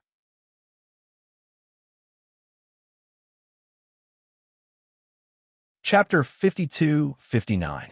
I know where the seed fragment is. Grass suddenly yelled, his entire body trembling as he curled up. He felt a cold, thin blade sticking to his neck's main artery. At the moment of imminent peril, at the moment of life and death, Zither Grass roared. Emolien's pitch-black phoenix eyes flickered, and she sneered, "Oh? But the Holy Maiden of Light previously said that the seed fragment is currently in their saint's hands." Yes, I know. Grass suddenly pointed in Mu Jingfeng's direction. He is the saint. He is the saint. Just as everyone's gazes simultaneously turned to Mu Jingfeng, Grass gritted his teeth and abruptly slapped the talisman on himself. However, in a split second, his entire body shrunk into a ball, and slipped out of a pile of clothes, disappearing into a corner with a whoosh. Arbor blinked. Transformation talisman. The hidden guards did not expect this person to be so shameless as to turn into a rat and slip away. They were unable to react in time. Your Highness, Crown Princess. Yuba's brows were tightly knitted, his expression somewhat gloomy. It's fine. The little Crown Princess waved her hand and said, turning into a stinky rat was unexpected. Crown Princess. A hidden guard swiftly came to everyone's side and bowed. Please go to the tea house at the end of the street to take a look. Everyone followed him to the end of Changle Street and saw an obvious transparent ladder in front of the tea house. Only half of it was still hanging in the air. The other half had already disappeared into the horizon. Arbor curled his lips. Stairway talisman. This big shot of Providence who could draw the stairway talisman was still hiding in some unknown nook and cranny. It's fine. Prince Emo smiled mockingly. A monk can run away, but the temple can't. In my opinion, Duan Yu has nothing to do recently. What do you think of having him lead those 30,000 elites to flatten the City of Shadows? Arbor tilted his head and silently glanced at his husband. I think you're digging a hole for Duan Yu. Is this really okay? Why not?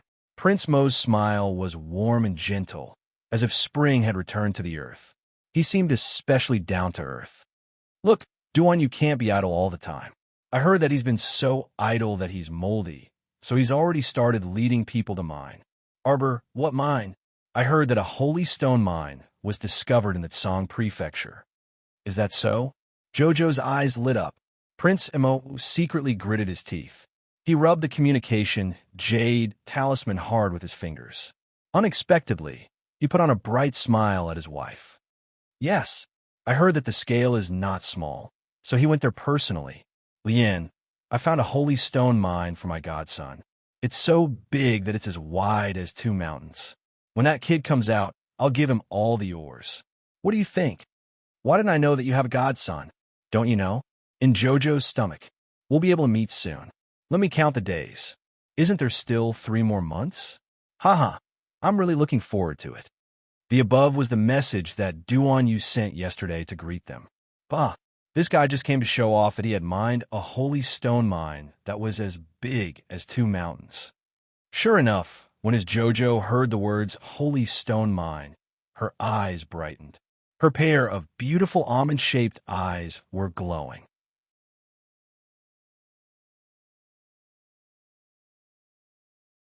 Chapter 5260. He had to hurry and send this guy off to do something else. Don't just idle around all day and think about how to win his Xiao's favor. Bah! Arbor blinked and waved his hand in front of Emo Lien's face. Jojo's Lien, you're daydreaming. Emo Lien returned to her senses and flashed a dazzling smile at her wife.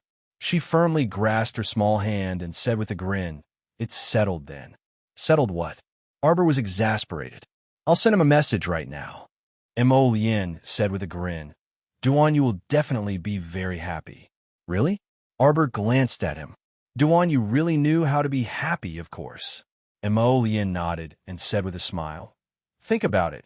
It's such a blissful thing to be able to command the elites of the 3 provinces. How about we have Neasco? Arbor suggested after some thought. Isn't he also idle? That won't do. Emo Lien quickly and sternly vetoed Jojo's decision. How can we hand over such an important matter as wiping out the City of Shadows to that guy? We must find a reliable one. Arbor abruptly flung his hand away and turned to leave. Emo Lien glanced at her hand that was flung away and followed after him in bewilderment. Jojo? So in your heart, Duan Yu is the most reliable person. You might as well live with him. Emo Lien didn't know whether to laugh or cry, and he hastily caught up to them. He held Xiao Mu's hand and remarked with a smile, Compared to Maius, that hairless fellow, that punk is more reliable. Arbor pursed his lips. How could he not understand? But she was also considering the dangers of waging war with the City of Shadows. Did the 2 of you secretly send a message? Xiao Mu's small face was stoic as she solemnly turned her head to ask her hubby. And no, Emo Lien quickly shook her head. Why would I send a message to him? What do you have to talk about? Is that so? Arbor looked at him suspiciously. Looking at her husband's guilty expression, it was obvious that he was hiding something from her. Don't tell me you two are up to something big again and are hiding it from Jojo. Arbor suddenly felt that the two of them were up to something. After all, it wasn't their first time. The first time was unfamiliar, the second time was familiar, and the third time was natural. No, no, no. Emolian shook her head repeatedly. She blinked and said, "Don't worry. I've copied the quote 100 times. I've memorized every line. I won't do it again. It's good that you know." Mr. Jojo stuffed the book back into his pocket and glanced at Emolian. "If you do it again, you'll have to copy it 1,000 times. You can't enter my room for a month." Emolian's handsome face immediately turned bitter. "Achoo! Your Majesty, don't read by the window. Did you catch a cold?" Yuan Jun took out a blanket and handed it to Duan Yu, who was sitting by the window. Duan Yu tossed the blanket aside and said exasperatedly, "With my cultivation, do you think I could catch a cold?" He was already warm in winter and cool in summer regardless of whether it was the scorching summer or the cold winter. It had no effect on his constitution. As a mid-stage, godly venerable realm cultivator, he could completely ignore the outside world's environment. Yuan Jun was both amused and annoyed. He nodded and said, "If that's the case, then just now, Your Majesty, someone is secretly talking about us." Duan Yu casually swiped his hand and took out a jade messenger talisman.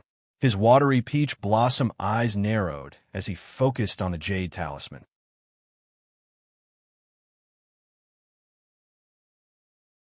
Chapter 52-61. Emolian, this guy, really dared to find trouble for him. "Brother, here's the trouble. Today, that old geezer from the City of Shadows came to Changle Street to cause trouble and fled back.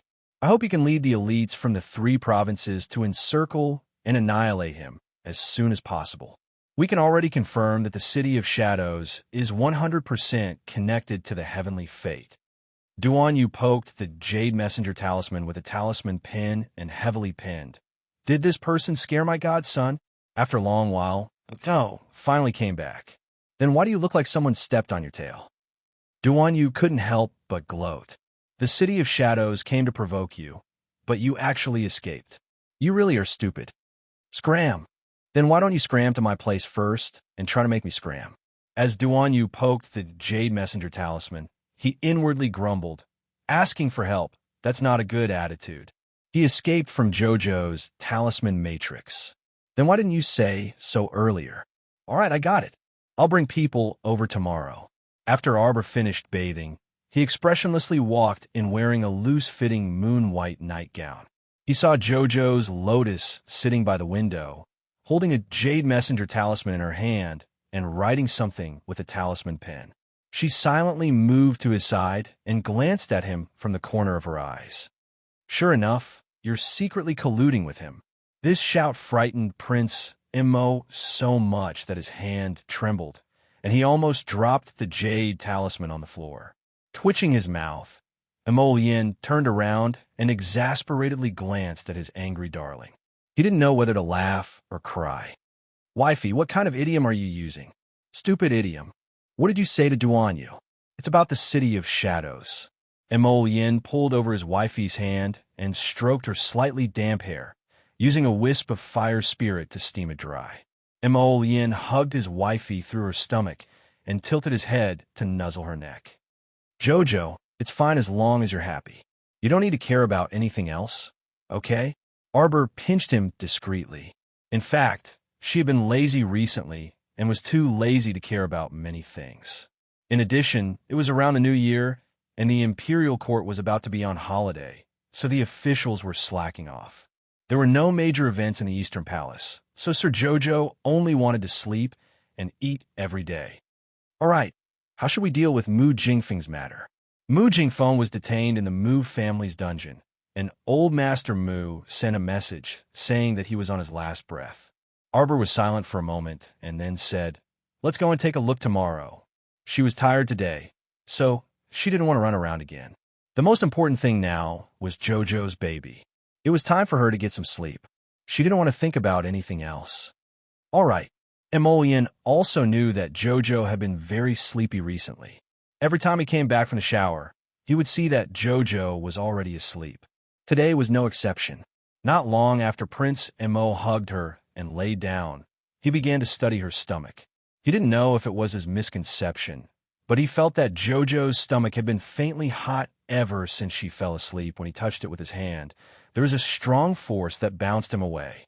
Could it be that the person inside was cultivating every night and Mo Lien couldn't help but want to cry at his own stupidity? How could it be? It wasn't very likely. However, he thought of what Jojo had said before. Husband, I feel that my cultivation speed has increased a lot every day. It seems that when I sleep, I'm constantly absorbing the spiritual energy of heaven and earth. Have you felt it recently? Chapter 5262. The spiritual power in our star domain seems to have thinned out quite a bit. Emolian inwardly pondered Xiao Xiao's words as he glanced at her stomach suspiciously. It couldn't be that the person inside was really cultivating every night, right? She really wanted to let Jojo use her inner vision to see what was going on. However, Jojo also said that every time she used her inner vision, she couldn't see what was going on inside. That little brat was wrapped in a cloud of white mist, so she couldn't see anything clearly. Mo Yin carefully placed her hand on Jojo's belly, but in less than a minute, her hand was flung away in disdain. Prince Mo secretly gritted his teeth and secretly said in his heart, I'll wait for you to come out. Arbor didn't know that this childish man was competing with the unborn baby Mo. She slept all the way until daybreak. Staring at her husband's smiling face, she was momentarily at a loss. Why didn't you answer the call today? I had an early holiday, wife. Are you happy? Are you happy? Arbor's eyes lit up. She nodded and allowed him to help her up. Your father didn't find you for this or that again. He has the ability to handle it himself. Prince Mo was all smiles as he helped her off the bed. He turned and kissed her little face. Jojo, let's have a sumptuous breakfast. Emolian personally cooked for breakfast. She made fish porridge, which was boiled with colorful divine fish. Arbor's appetite was greatly stimulated. She ate 3 bowls in a row. Rubbing her little round belly, she muttered to herself, I can't eat anymore. Nyang Qin is eating too much. Emolian's fingers paused. She looked at her little wife with a serious expression. Jojo, are you talking to baby Mo? And Arbor looked at Emolian with a serious expression and said expressionlessly, He's really like you. Why do you say that? I love to eat. Arbor threw down these 2 words and slowly got up while holding his stomach. He walked towards the door. When you helped me in Quoto village, I even left enough money for you to buy good food. The little stoic shook her head as she walked outside. I love eating too much. Alas, the daughter resembles her father. I reckon this should be a girl. Emolian, come back, wife, who likes to eat it. Emolian didn't know whether to laugh or cry as she stared at her back and hurriedly stood up. When I helped you buy clothes, shoes, and socks for 10 years in Quoto village, weren't you the one who insisted on leaving some money for me to buy some good food? He didn't ask for it. Hey, the rest of the porridge is mine. A voice came from the side of the table. Emolian turned her head and glared at He-chun, who had suddenly appeared. When did you come out of seclusion? Just now. He scooped a bowl for himself and said, Oh yeah, what were you guys talking about just now? I heard Jojo say that you like it. You're the one who likes it. Your whole family likes it. After quickly drinking 2 bowls of porridge, He-chun moved out the door and shouted, Hey, where are you guys going?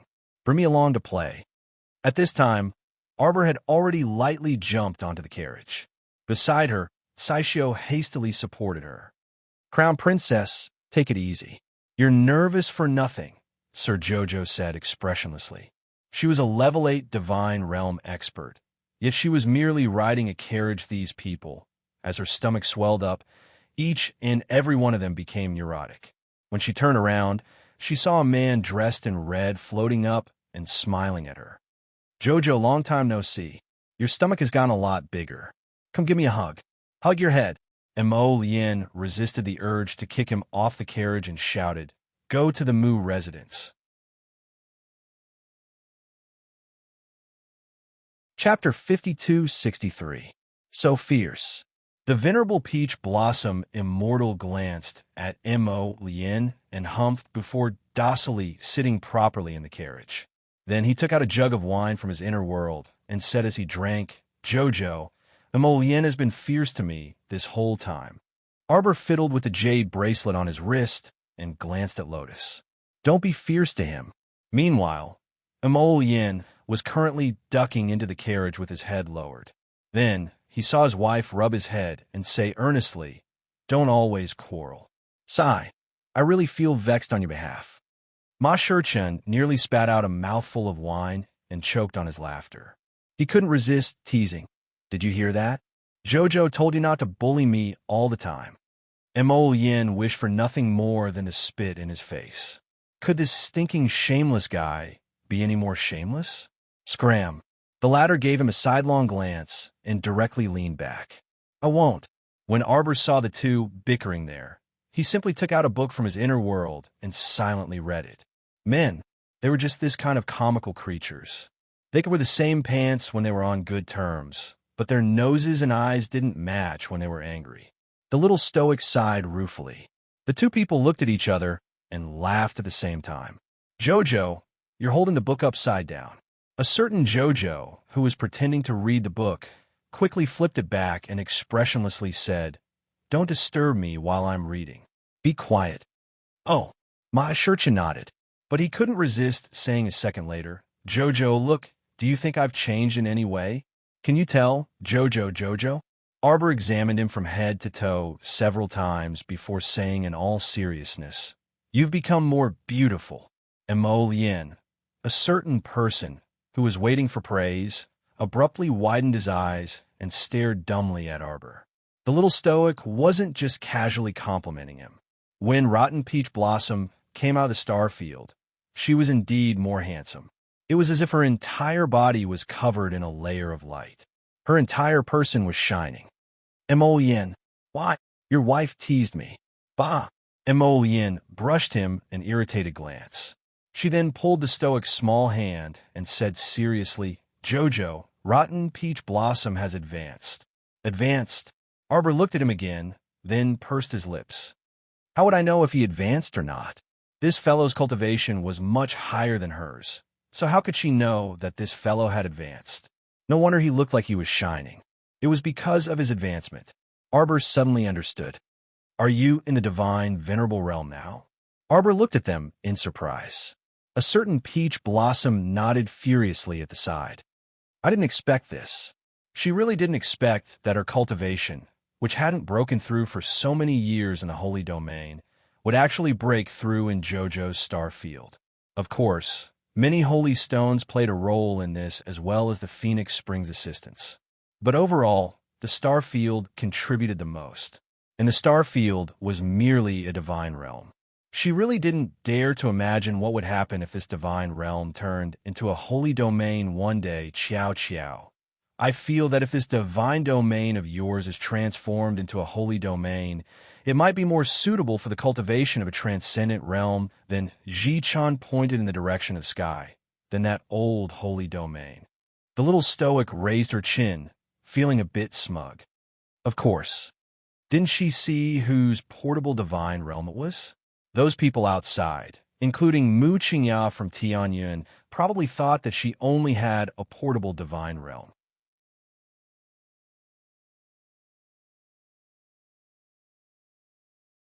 Chapter 5264. Who would have thought that she was actually strolling around with a portable god realm? Just a portable spirit realm alone attracted many envious gazes. Many people wished they could replace her with their own bodies. Not to mention a place like a portable god realm. Once people found out, who knew how many people would covet it and cause her a lot of trouble? Arbor couldn't help but shake her head at this thought. Different situations call for different actions. She wasn't someone who was afraid of trouble. If they rushed over, she would just fight them. Suddenly remembering something, Arbor asked Ma Shurchen, "What's wrong with you?" She looked at him in confusion and sized him up. Didn't heavenly law have any reaction when you advanced to godly venerable realm? Strange. This didn't seem to conform to heavenly law's deceptive style, with heavenly law's vengeful temper. it would definitely come out and ruthlessly send down a heavenly punishment or something at this time to teach this fellow a lesson. Wasn't this the rule? After reaching godly venerable realm, one was bound to be tempered even more. It was just a small heavenly punishment. It was impossible that it wouldn't send rotten peach blossoms. Why didn't it come today? Unexpectedly, a certain someone actually smiled at her and wagged a finger. That's why I have to appear beside Jojo. As long as he followed Jojo, heavenly punishment wouldn't descend. He knew it would be like this. Jojo was simply a divine weapon that blocked heavenly punishment. Bah, the little stoic was truly amazing. Arbor couldn't help but be speechless. You can hide from the monk, but you can't hide from the temple. It will come sooner or later. I'm not in good spirits these 2 days. Ma Shurchun said with a chuckle. After a few days, when I'm full and refreshed, I'll let it come. Arbor looked at her speechlessly. It turned out that heavenly punishment could be sent down with such consideration. She really learned something new. Jojo got angry at the mention of this. She asked, "Say, why doesn't heavenly law send down heavenly punishment on me? Do you think this guy is brewing for me, waiting for me to let my guard down so that he can give me a fierce blow?" Ma Shurchun sat up straight with a frown. It can't be that sinister, right? What's so certain about it? Arbor's round eyes revealed a hint of distrust. It's not a good bird. Previously, he even kidnapped my master and martial uncle. Emolian couldn't help but twitch her mouth. Don't you think that the heavenly Tao actually has a lot of feelings for you? Arbor shook his head with a wary expression on his face. How could anyone, the heavenly Tao, have feelings for someone for no reason? That's why you're always prepared for heaven's punishment, Emolian said emotionally. It's because you're afraid that the heavenly axiom will set you up. Are you afraid that you won't be able to withstand the heavenly punishments? The little guy's cautious attitude was good, but Emolian felt a little sorry for him. She was instinctively on guard, just like when they first met in Kwoto village. She was full of thorns towards everyone and treated everyone with such a distrustful attitude. In fact, she did not trust the heavenly Tao. Emolian put away his wandering thoughts and raised his hand to stroke her head. Don't be afraid. I'm here for you. If the heavenly Tao dares to set you up, it's no big deal. Arbor blinked, a serious expression on his little face. I've calculated before. Emolian and Ma Shurchun's mouths twitched silently. I feel that the most likely time the heavenly Tao will set me up is the day I give birth. Chapter 5265. Xiao Mu's small face was solemn as she solemnly extended a finger and made a vow. The 2 men. That day is when my combat strength is at its weakest and most vulnerable. The little stoic's expression was especially serious. This heavenly law might take advantage of my weakness. Someone might also come to steal my baby. The little fellow pointed at the sky. It definitely won't be peaceful then. The 2 men.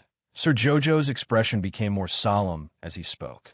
I've thought it over and over. That day absolutely can't be born in the outside world. It's best if I can hide in the star domain and give birth. But I feel that it's better to be safe than sorry. I'm also not particularly certain about my due date. What if my baby suddenly comes out at a certain time? The corner of Hu Shurchun's eyes twitched, and he did his best to suppress the urge to burst into laughter. No, he couldn't laugh. If he did, he would definitely be kicked off the carriage by Sir Jojo. But looking at his Jojo's solemn and serious expression as if he was an emperor of analysis, he really wanted to laugh. As they continued to listen, the 2 men couldn't help but sigh with emotion. Jojo was really looking forward to the birth of the baby. She had almost rehearsed everything once. She had thought about all the unexpected situations during the labor process again and again. It was really tiring. Emolian couldn't be bothered with Hu Shurchun's candlelight flickering on the side.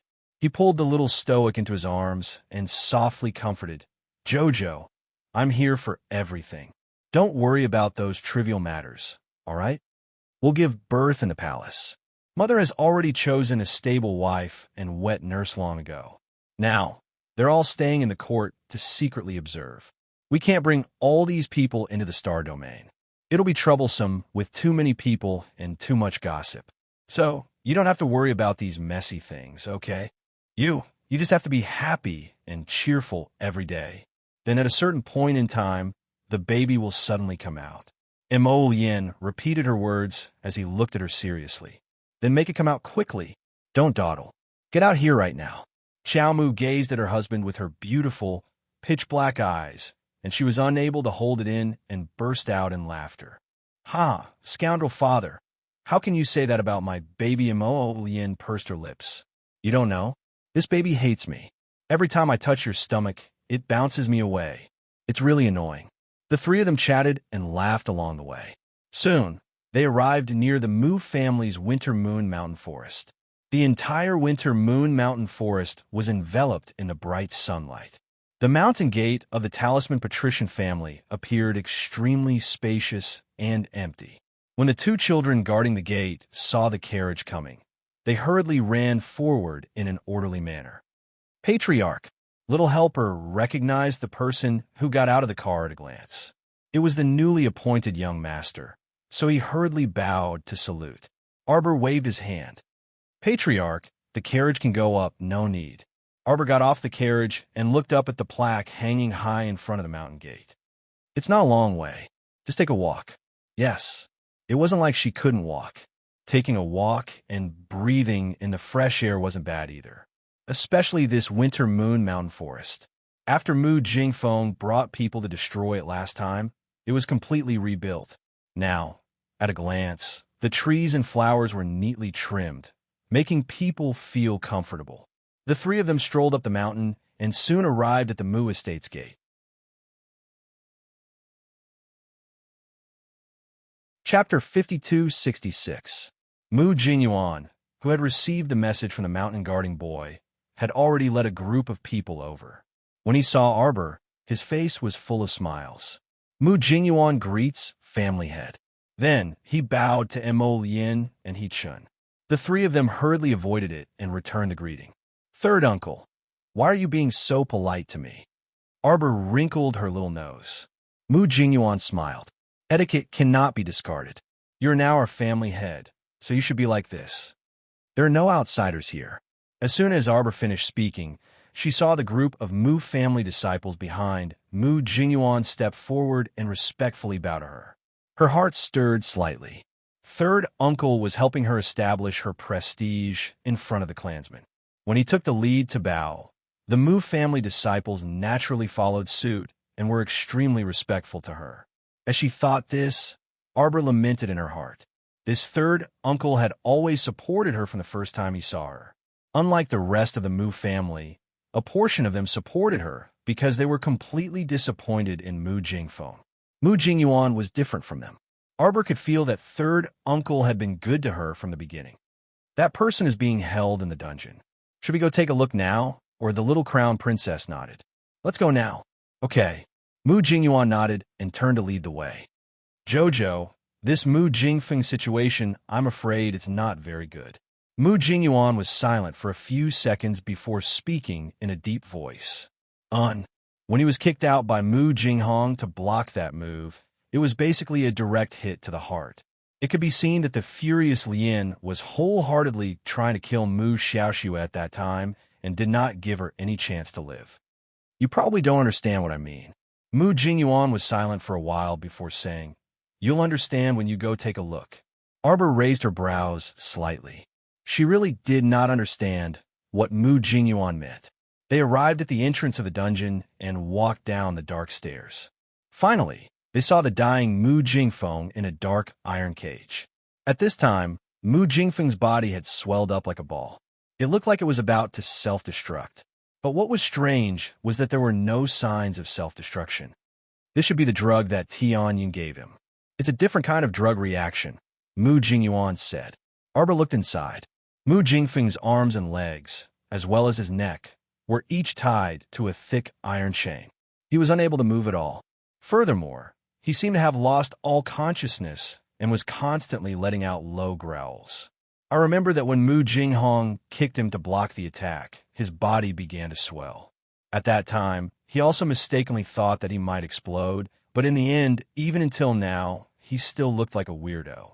Arbor took a closer look at Mu Jingfeng and saw that the latter's body had expanded to an exaggerated degree. His head had shrunk into his neck and was almost invisible. Such a person, where was the elegant and graceful Mu family head of the past? He probably didn't understand how he ended up like this after taking Tianyun's medicine. Arbor took a deep breath and took 2 steps forward.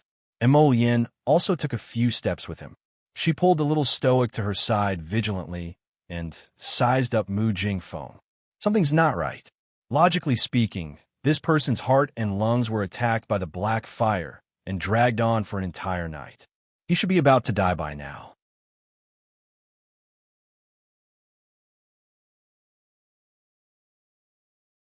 Chapter 5267.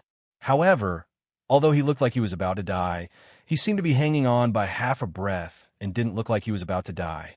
This was abnormal, unless there was a mutation in his body. Jicha nodded. Be careful. This person doesn't seem to be in a good state. Is there a problem? Mu Jingyuan asked with a frown. Third uncle, has he been in this state ever since you detained him here? And Mu Jingyuan nodded. He's been in this half-dead state with his head hanging down. His body has swelled a little strangely, and the disciples don't dare to approach him for fear that he'll self-destruct. This underground prison has been reinforced with several layers of defense. Even if he self-destructs, it won't affect us on the surface. It's just that his current state is a little strange. From last night until now, he's swollen like a ball, but he hasn't exploded. Jojo, look. He pointed at the 4 elderly men sitting beside the iron cage. These are our Mu family's 4 elders.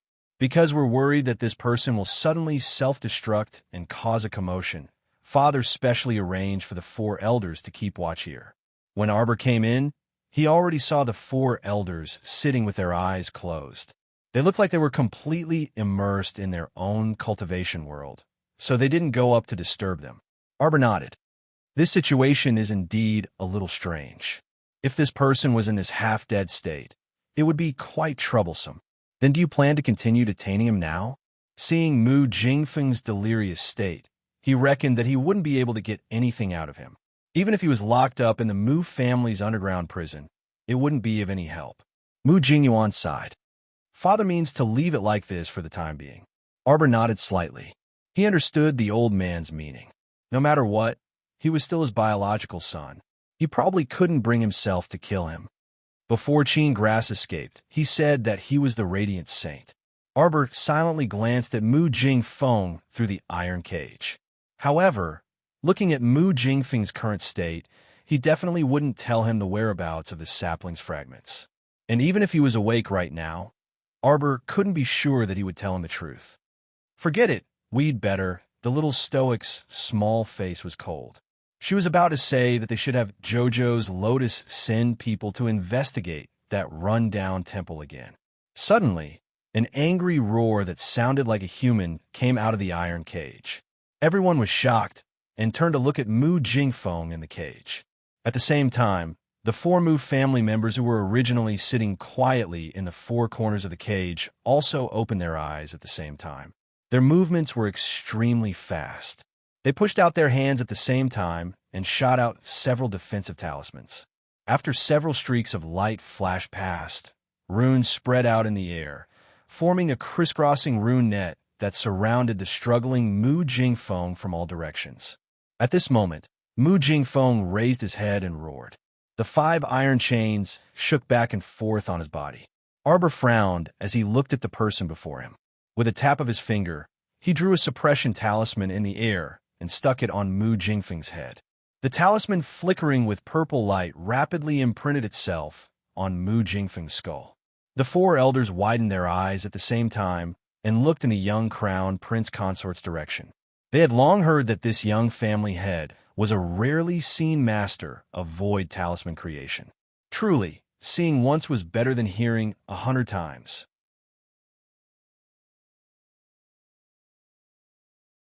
Chapter 5268. What they saw today was truly an eye-opener for the 4 elders. Not only was their young patriarch's talisman crafting speed superb, but if their eyes weren't playing tricks on them, The talismans he released just now seemed to be top-grade purple talismans.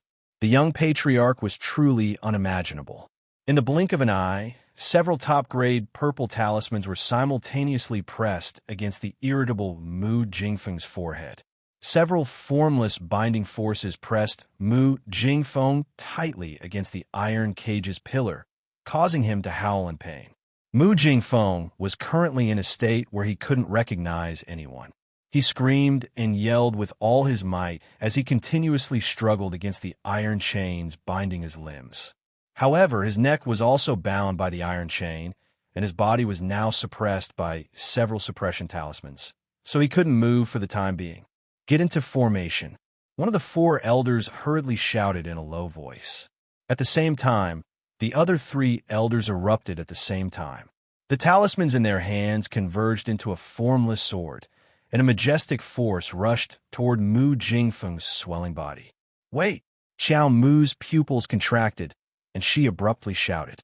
However, the elder's momentum was already set, so how could they withdraw in time? The formless sword's force instantly struck Mu Jingfeng's body, which had swelled into a ball. In a split second, a loud boom was heard. Mu Jingfeng's ball-like body suddenly emitted rays of light, as if his body's insides had been pierced, and he suddenly leaked air. Upon seeing this, Arbor hastily signaled Emolian, and he Shurchan with his eyes. The two waved their hands at the same time, and a defensive barrier was erected. At the same time, Mu Jingfeng's limbs and body were rapidly elongating and growing uncontrollably. His throat emitted loud noises as his head drooped abnormally. All the bones in his body were making crackling noises. The four Mu family elders quickly retreated to Arbor's side, their eyes shining. Is this a mutation? However, Mu Jingfeng's mutation was a bit too ugly. Not only was his entire body constantly growing, but his limbs were also withering like grass. The flesh on his body was doing its best to shrink, and his body was becoming increasingly withered and dark. His skin was practically black. "What's going on?" Mu Jingyuan asked in astonishment. Did he really take some medicine from Tianyin? Arbor was also puzzled by the situation. The mutated zombies I've seen in the past seem to be better than this. Yuan Shurchen clicked her tongue and said softly, "Isn't that so? At the very least, after the transformation, he more or less looked like a human. Look at him. He doesn't look like a god anymore." Mu Jingfeng, on the other hand, no longer looked like a human. His limbs were like black branches, and his head had shrunk to the size of a fist. His entire body was trembling strangely. If he was as fat as a ball before, he was now as dry as a noodle. Hu Shurchun flicked an arrowhead made of wood spirits through the barrier. The wooden arrow hit Mu Jingfeng's body with a thump, but was suddenly deflected away. The wood's spiritual energy was unable to harm Mu Jingfeng in the slightest, only leaving a scratch on his shriveled black body. As a result, even Emo Lien couldn't help but be shocked. After all, that was the power of someone who had just entered the godly venerable realm.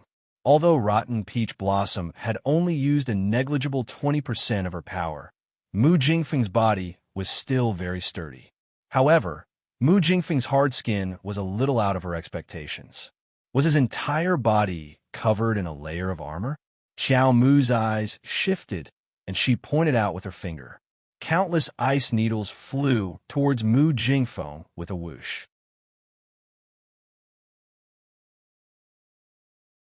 Chapter 52-69. At this time, Mu Jingfeng was already unconscious. As he slapped with his black palms, he occasionally let out unpleasant roars. Arbor's ice needles shattered one by one in his withered black palms, turning into transparent water traces that disappeared into Mu Jingfeng's skin. The little stoic calmly pursed her lips and suddenly released a blue spiritual fire with a wave of her hand. Mu Jingfeng forcefully swatted away the blue flames with a bang. However, at the same time, that cluster of flames strangely rose with a resplendent blue radiance in his palm. Mu Jingfeng's body shook wildly as he slapped the walls everywhere while howling. Fortunately, this dungeon had been reinforced countless times, so it didn't budge even when he randomly crashed around like this. Arbor's eyes flashed, and he pointed at Mu Jingfeng. Burn it. The four elders moved their lips and looked at Arbor hesitantly. However, Arbor simply didn't look at their expressions. On the other hand, Mu Jingyuan, who was standing on the side, said indifferently, "He's no longer our previous family head, Mu Jingfeng. He's already been transformed into a powerful monster by heavenly fortune. He only has himself to blame for being treated like this by family head." The elders couldn't help but sigh softly. As if they had thought of something, they remained silent and didn't speak. While they were conversing, Ma Shichun flung out several dozen wood spirits, which instantly formed a net and enveloped Mu Jingfeng from head to toe. Mo Lien flicked out 7 to 8 clusters of black flames, which landed on Mu Jingfeng's pitch-black body. Everyone immediately heard him let out in human howls. Arbor's small stoic face was calm as he expressionlessly looked at the monster enveloped in black flames. Not the slightest ripple could be seen in his heart. It was as if what was being burned right now was nothing more than a piece of charred charcoal. He couldn't blame anyone for reaching this stage today. If he wanted to blame someone, then he could only blame himself. Why did he believe in heavenly fortune so easily? Why did he join heavenly fortune? Why did he take heavenly fortune's so-called medicine that could mutate his body? This kind of mutated pill might allow him to reach the heavens in a single bound, but it was more likely that he would sink into a sea of bitterness and be consigned to eternal damnation. There are so many people in the world, so why did you have to try this kind of abnormal pill? He had to be responsible for the path he had chosen. He had to bear the consequences and responsibility for all his actions. This was the path Mu Jingfeng had chosen. Arbor looked at Mu Jingfeng, who was burning within the black flames. He withdrew his indifferent gaze and exchanged glances with Mo Lien. I don't know if he'll be able to regain some of his consciousness in the end, but I'm afraid it will be quite difficult. Arbor couldn't help but laugh out loud. So what if he regains his sanity? This kind of person won't change even if he dies. So be it.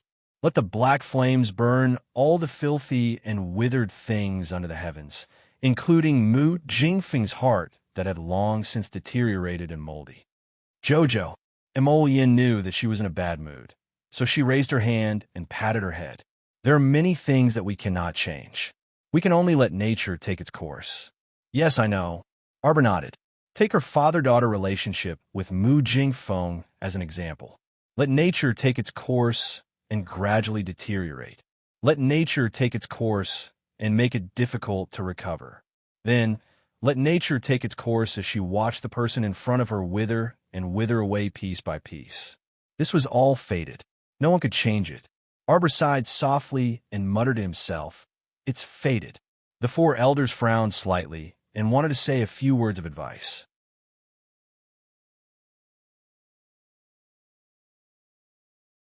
Chapter 5270. However, she also felt that she didn't seem to have any standpoint.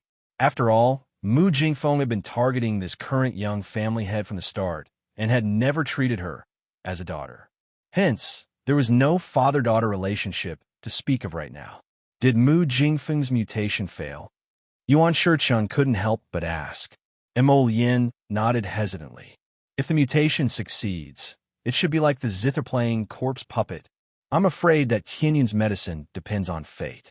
If the mutation succeeds, perhaps you will obtain one or even many special abilities. Perhaps no one could match Qiao Mu's understanding of the heavenly fate. I think Jojo's words make sense. Yuan Shichun pondered and said, Tianyin isn't stupid, right? He definitely hopes that more people in the organization can become stronger. In Mu Jingfeng's situation, it should be developing in the opposite direction. However, as Lien said, Mu Jingfeng's corpse puppet isn't even comparable to the zither-playing corpse puppet we encountered before, which has its own thoughts and special abilities. Everything depends on talent. Yuan Shichun was somewhat gloating. It's also fate. This shows that his talent might really be mediocre. If Tianyin finds out, he'll definitely scold him for wasting a precious pill. The Qin family has a good plan, Arbor said indifferently. That old man Qin thinks that if Mu Jingfeng's mutation succeeds, he might be able to control Mu Jingfeng and once again take over the talisman patrician family in Divine Prefecture. The four elders widened their eyes at the same time. Tianyin actually still harbored such thoughts? Truly terrible. Previously, they actually sympathized with Mu Jingfeng, feeling that it was indeed a bit desolate for him to be dealt with by his own daughter like this. Now that they thought about it, they really shouldn't have thought that way. This Mu Jingfeng deserved it. As a member of the Mu family, he didn't think of seeking benefits for the Mu family's disciples and instead thought of harming the family all day long. He truly deserved to die. Just like how he controlled Prince Feline. Tianyin originally planned to use Prince Feline's identity as a starting point to control the entire Divine Prefecture. Emolien couldn't help but shake her head helplessly at this thought. She didn't know if she should say that Tianyin was too naive. Did they think that a little Prince Feline, a deposed prince who had left the center of the imperial court for so many years, could grasp the core of the imperial court? He had underestimated the great emperor of the divine land. Oh, the 5 iron chains on Mu Jingfeng's body had all been melted by the black flames. But at this moment, his mutated black body was bound by the wood spirit's large net and couldn't move. He fell to the ground, with 7 or 8 clusters of black flames still burning on his body, burning him into ashes. Rebellious girl. Mu Jingfeng bellowed as he struggled. Although the voice was muffled, Arbor heard it clearly. She couldn't help but raise her eyebrows. He actually woke up? Was he awakened by the fever? Or was this the final radiance of the setting sun? Rebellious girl. Mu Jingfeng scolded weakly. Why you caused the death of your own father? Why you won't be able to reincarnate in your next life? Bang! A huge force flipped his body over and smashed him heavily. Mu Jingfeng rolled twice, his back slamming heavily against the cage. He was barely able to catch his breath. Arbor wasn't angry at all. She held onto the enraged Emolien and said with a smile, "Reincarnation or not, it's not up to you to decide. Big brother." Mu Jingyuan took a deep breath and said indifferently, "A person's death is like an extinguished lamp. You can go in peace."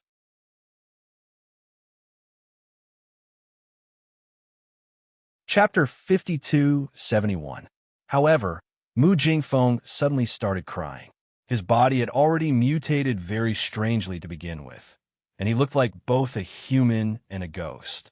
Now, only howling could be heard, but no tears were squeezed out from his dark eyes. This crying indeed looked a little frightening. Arbor glanced at the thing on the ground that he did not know whether it was a human or a ghost, and his gaze coldly swept over. The 4 elders could not bear it and sighed as they asked, "Jingfeng, do you have something to say?" A person's words are kind when he's about to die. If you have something to say, just say it. Arbor sneered in his heart, but the cold glint in his eyes did not recede as a hint of mockery surfaced. These people were quite funny. Each and every one of them was surrounded by holy light. Those who did not know would think that they were monks from a temple who had to be merciful. He had already been beaten to such a state, so stop putting on airs, all right? They were originally life and death enemies, and there was an unresolvable enmity between them.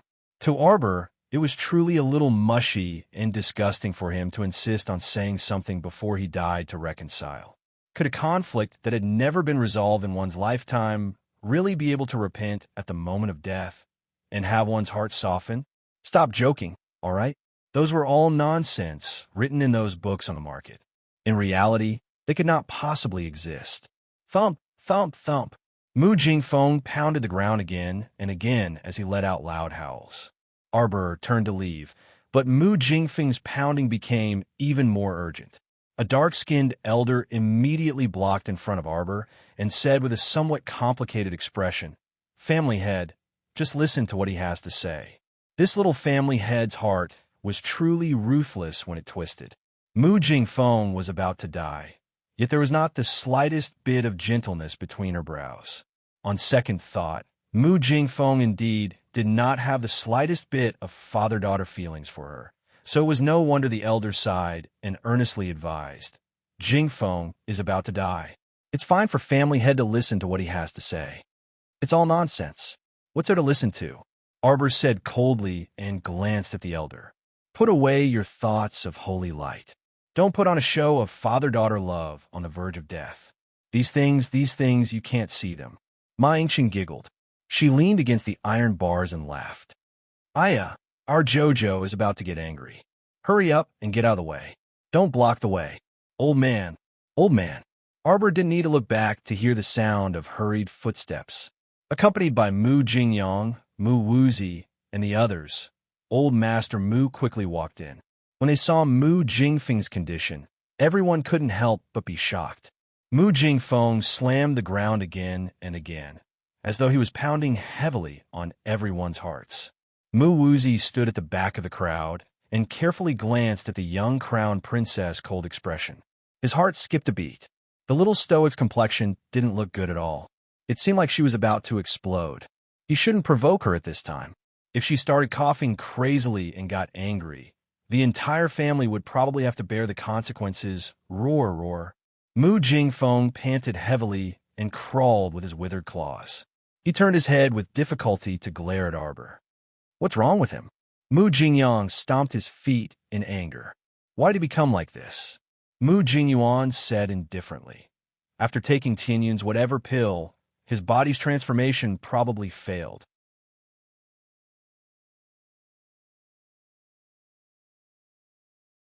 Chapter 52-72. Why is eldest so muddle-headed? Mu Jingyang and Mu Jingzhuang sighed in unison. Seventh Uncle Mu Jingrui was also very calm. He shook his head and took out a wooden box to take out a life tablet. Eldest brother's life lamp has already completely shattered. Logically speaking, he should already be dead. Mu Wuzi cried out, "It can't be, right? Then eldest uncle right now, isn't he? Corpse puppet?" This word popped up in everyone's minds. Mu Jingrui threw the box into the iron cage and sighed. Eldest brother is muddle-headed. Mu Jingfeng suddenly pounced over, but he was stopped by the iron bars. He was squeezed between the iron bars, and his deformed face was firmly pressed against the iron pillar. His two eyeballs were practically unable to move as he stared at Xiaomu from the corner of his eyes. "I'll bury me with your mother." Mu Jingfeng pounced over to stare at Arbor, only to spit out this sentence with much difficulty. Everyone was startled and looked at him in astonishment. Could a corpse puppet still have a clear mind? What did this mean? It meant that Tian Yun's methods might have completely leveled up. Would the corpse puppets they created in the future still retain the wills of the people when they were alive, or would they all have thoughts? If that was the case, it would be even harder to deal with. A corpse puppet's body that was impervious to swords and weapons, in addition to a brain that could think, would it be able to compete with a cultivator's world? Xiaomu gazed at him coldly. Mu Jingfeng's mutilated and mutated body was clearly reflected in her eyes, which were only bones without a shadow of a person. Everyone saw that Mu Jingfeng, who was a corpse puppet, actually shivered in a very human-like manner. When they saw the cold light in the young family head's eyes, they all felt a chill in their hearts. Too cold. The young family head's eyes were so heartless that it was simply frightening. "You're not worthy." She coldly spat out these 3 words, but each word was like a heavy hammer that ruthlessly struck everyone's hearts. That pitiful Mu Jingfeng already had no eyelids. Otherwise, his eyelids would probably tremble a bit. At that moment, even his bean-like eyes didn't move. They just stared sluggishly at Arbor. "Mu Jingfeng, until the end of my life, my mother, will never forgive you. You don't deserve to be buried with her. Look at yourself. You're just a pile of bones and a disgusting body. Do you have the nerve to sully her eyes? Don't be so pretentious before you die. You don't trust her at all, and you don't love her either. You don't deserve her from head to toe, even your hair. In this lifetime, I won't have the chance to see her one last time." The little stoic's abnormally malicious words simply shattered everyone's hearts and souls. The elders looked at her in shock. Old Patriarch Mu Tsang's hand, that was holding onto his cane, was trembling slightly. They didn't know what words to use to describe the shock in their hearts at this moment. The little stoic's decisiveness, viciousness, straightforwardness, and sternness practically suffocated everyone. When the elderly patriarch looked back again, he saw that Mu Jingfeng had already stopped trembling and was silently hanging on that metal pillar. His pitch-black eyes were staring fixedly in the direction that the little stoic turned to leave. Jingfeng, the elderly patriarch, gripped his cane as tears streamed down his aged face. This was his biological son. He had raised him by his side and nurtured him since he was young. Now that he had to send off his own son, it was always sad.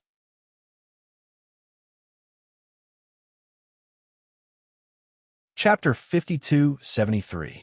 Arbor ran all the way out of the dungeon with a long water spirit whip in his hand. With two whooshes, he flattened the two stone statues in front of him.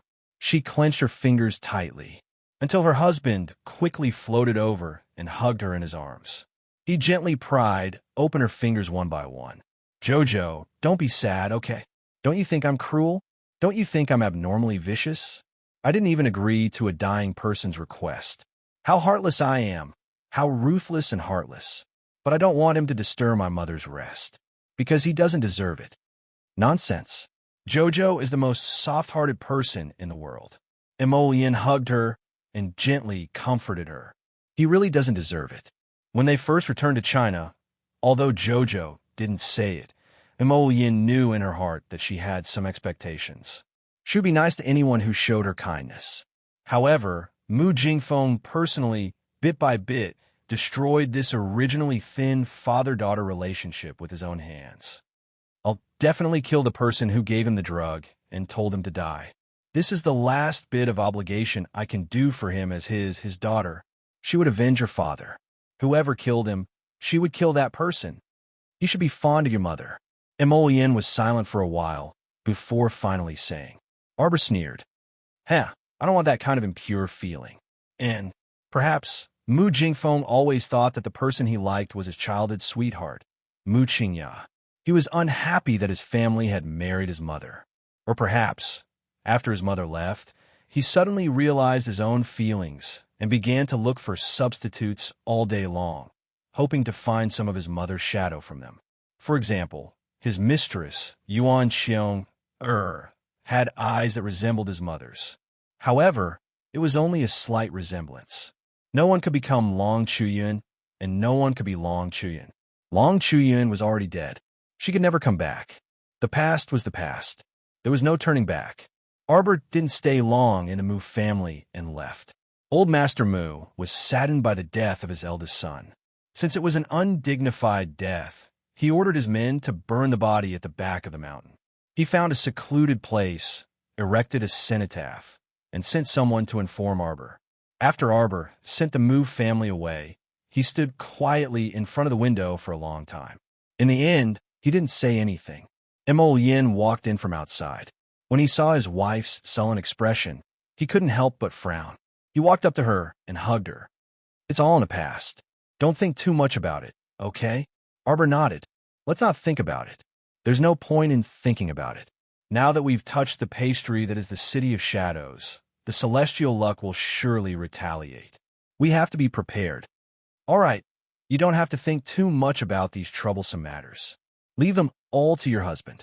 Emolian lowered his head and kissed her forehead. "Go to sleep first.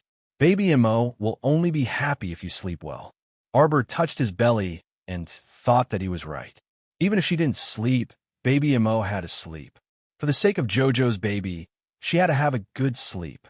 Who would have thought that her husband was implying that the baby Emo in her stomach would only start to meditate after she fell asleep? It wasn't that her husband was blindly guessing. He had discovered it after days of careful observation.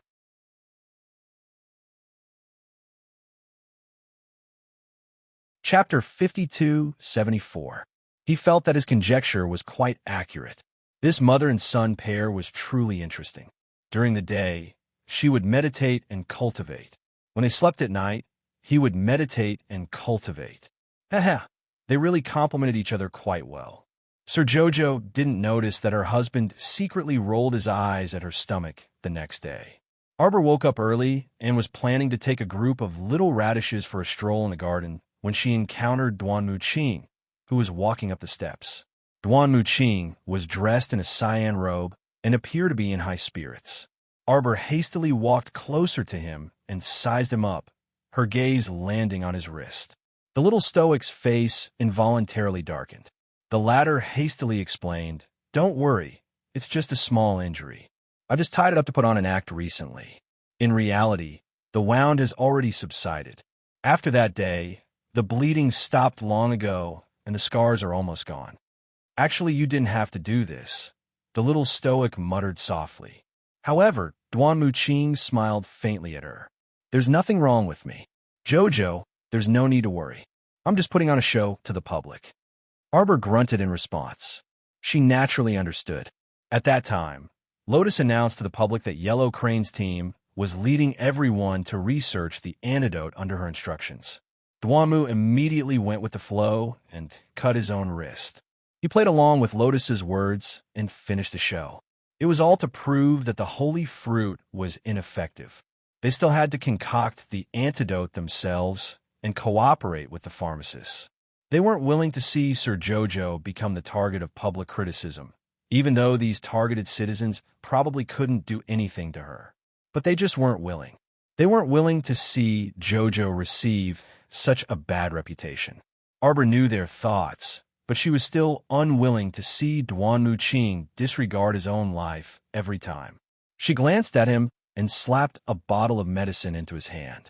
1 pill a day to replenish your blood and chi. Duan Muqing was taken aback and was momentarily speechless.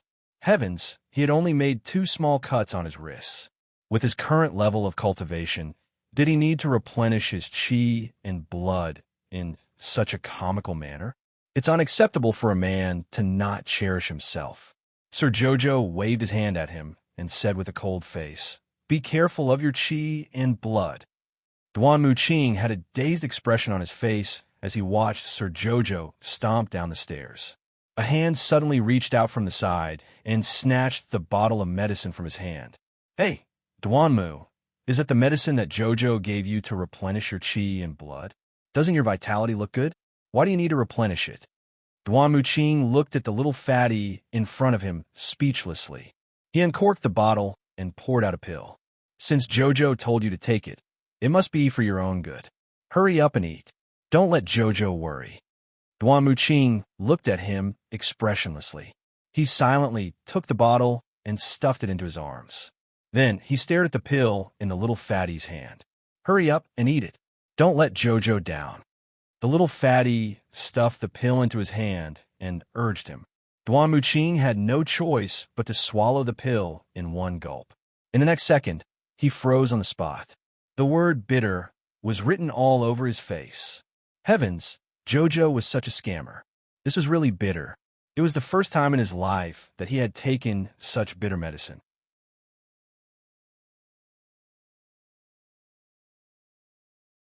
Chapter 5275. Ta! Qi Xianxian, who had been hiding at the side, suddenly jumped out and laughed wildly while slapping her thigh. How much coptis did Jojo add to the medicine that replenished Duanmu's blood and chi? It was so bitter that Duanmu was showing an expression. Jojo was so funny. Haha, she used this bitter medicine to punish Duan Muqing for acting on his own accord and not taking himself seriously. Qi Xianxian looked at Duan Muqing sympathetically and patted his shoulder. "Remember to take it every day until Jojo tells you to stop. Otherwise, Jojo will ignore you." Duan Muqing's face was completely scrunched up. His gaze followed Qi Xuanxuan's laughing figure, his eyes filled with grief and indignation. What kind of stupid teammate was this? How dare she laugh at him? Qin Hong flipped over all the items on the table and glared at the guard who reported the news. "Are you sure? This is the news from Lord Qin Herb." "I'm very sure," the guard said hurriedly with his head lowered. Lord Qin Herb also said that he hasn't fully recovered yet, so he temporarily returned to the City of Shadows with Mu Jinghong and her daughter's stairway talisman to heal. "Idiot!" Qin Hong scolded. "Idiot, idiot!" They were all idiots. They couldn't even do such a small thing well. What else could he use them for? The guard lowered his head and didn't say anything. At this time, he would be punished by the Patriarch if he said anything wrong. For safety's sake, he should speak less. What have eldest young master and second young master been doing recently? Eldest young master has been listening to music and watching dances in the courtyard. Miss Ran is serving him by his side. Huh. Qin Hong laughed instead of being angry. He was on the verge of exploding with rage. He seems to be living a carefree life. The guard didn't dare to say anything. What else could he say? If Lord Qin Herb was here, he would still listen to Patriarch Qin and scold eldest young master. He was just a small guard and didn't dare to say anything. It was safer to say nothing. Where's second young master? I haven't been able to find second young master's whereabouts recently. The guard lowered his head even more. As expected, the moment he finished speaking, family head Qin slapped him across the face. The guard groaned inwardly. Following the momentum of the palm wind, he rolled to the door and hurriedly rolled twice on the ground to show that he really had to accept his punishment. Scram! Qin Hong got angry when he saw him like that. As expected, he roared at him. The guard heaved a sigh of relief and hurriedly covered the crooked hat on his head and rushed out in a panic. They're all troublesome things. Qin Hong angrily smashed an inkstone beside him, a trace of anger flashing through his heart. He had asked Mu Xiaoxue to do something for him, and it turned out to be like this. This young lady's ability to handle matters was truly incomparable to her mother's. One was up in the sky, while the other was down on the ground. It was really depressing. Qin Pa angrily sat down and flung off her robe. She wanted to pick up the kettle, but when she looked, she found that everything on the table had been thrown to the ground. Bastard!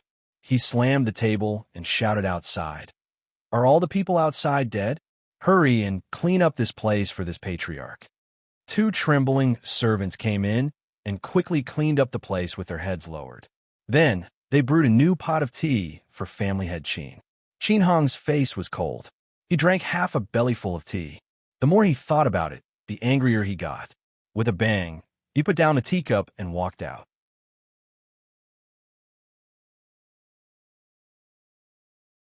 Chapter 5276. Where is eldest young master?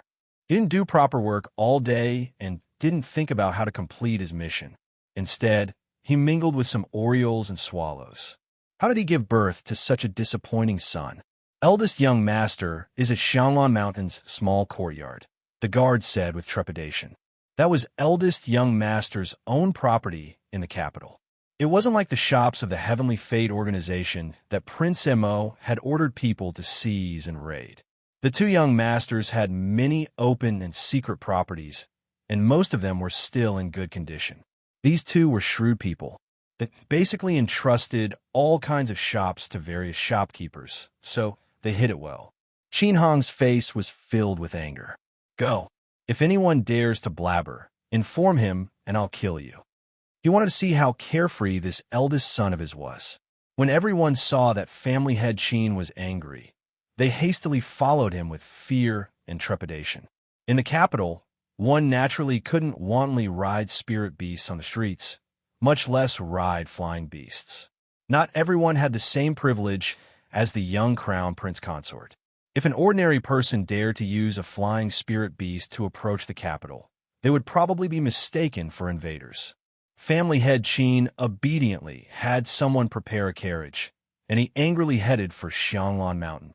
Xianglan Mountain was located in the eastern district near the city gate. It was neighboring to the Qin estate's original residence, but because it was separated by Xiangxin Lake, it was still quite a distance to go around. Ever since the Qin estate's Heavenly Fate identity was exposed, Prince Mo, that shameless person, directly led people to seize the Qin estate. The land within 100 kilometers of Xiangxin Lake, including all of the Qin estate's medicine gardens, incense gardens, and so on, were all included in the imperial court's assets. This stinking, shameless crown prince moved so quickly that it made one's hair stand on end. Ever since the crown prince returned from the River of Forgetfulness and entered the capital, he had already made such a big move. He swiftly seized the Qin estate, confiscated all of the Qin family's properties in the capital, and dispatched troops to guard Xiangxin Lake. Was he shameless? He was extremely shameless. He and that stoic-faced crown princess were simply a perfect match. They were a pair of black-hearted and shameless goods. Bah! Family head Qin spat at His Highness the Crown Prince the entire way. He circled around Xiangxin Lake's encampment and angrily rushed to Fragrant Orchid Mountain's small resort. Fragrant Orchid Mountain was not large, but because of the beautiful environment, many wealthy families had bought land and houses nearby and built their own gardens. There were also many farmsteads at the foot of Xianglan Mountain. When the tenant farmers saw the carriage coming, they only glanced at it and didn't do much. Family head Qin had the carriage follow the spiraling mountain path and arrive at the entrance of his eldest son's manor halfway up the mountain. There was a plaque hanging at the entrance of the villa with the words "Heavenly Wind" written on it. There were also 2 bronze lions placed at the entrance, which was quite awe-inspiring. When family head Qin got out of the carriage, he was so angry that he laughed. Look at this son of his. Planting willows at the front door and planting flowers at the back door, he really lived a very carefree life. Every day, he had to deal with the organization's matters. He couldn't sleep well night after night, but this guy was still here leisurely. Bang!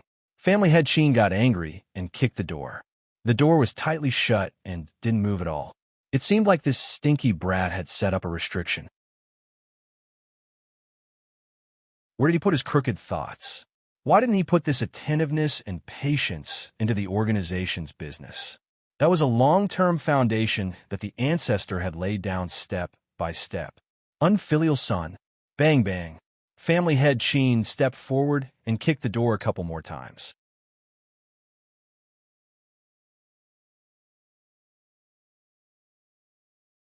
Chapter 52:77. Seeing that he couldn't kick the door open, he said exasperatedly, "Are you all dead? Come over here and take down this door." Patriarch, there are many villas in Xianglan Mountain, and there are also many rich people. Everyone knows who you are. What if someone sees you? Patriarch Qin was furious. What? Is this patriarch unpresentable? Fuck, it's not that patriarch is unpresentable, but the current situation doesn't allow you to see anyone. Once you show your arrogance, the imperial court might immediately get wind that this is the Qin estate's property.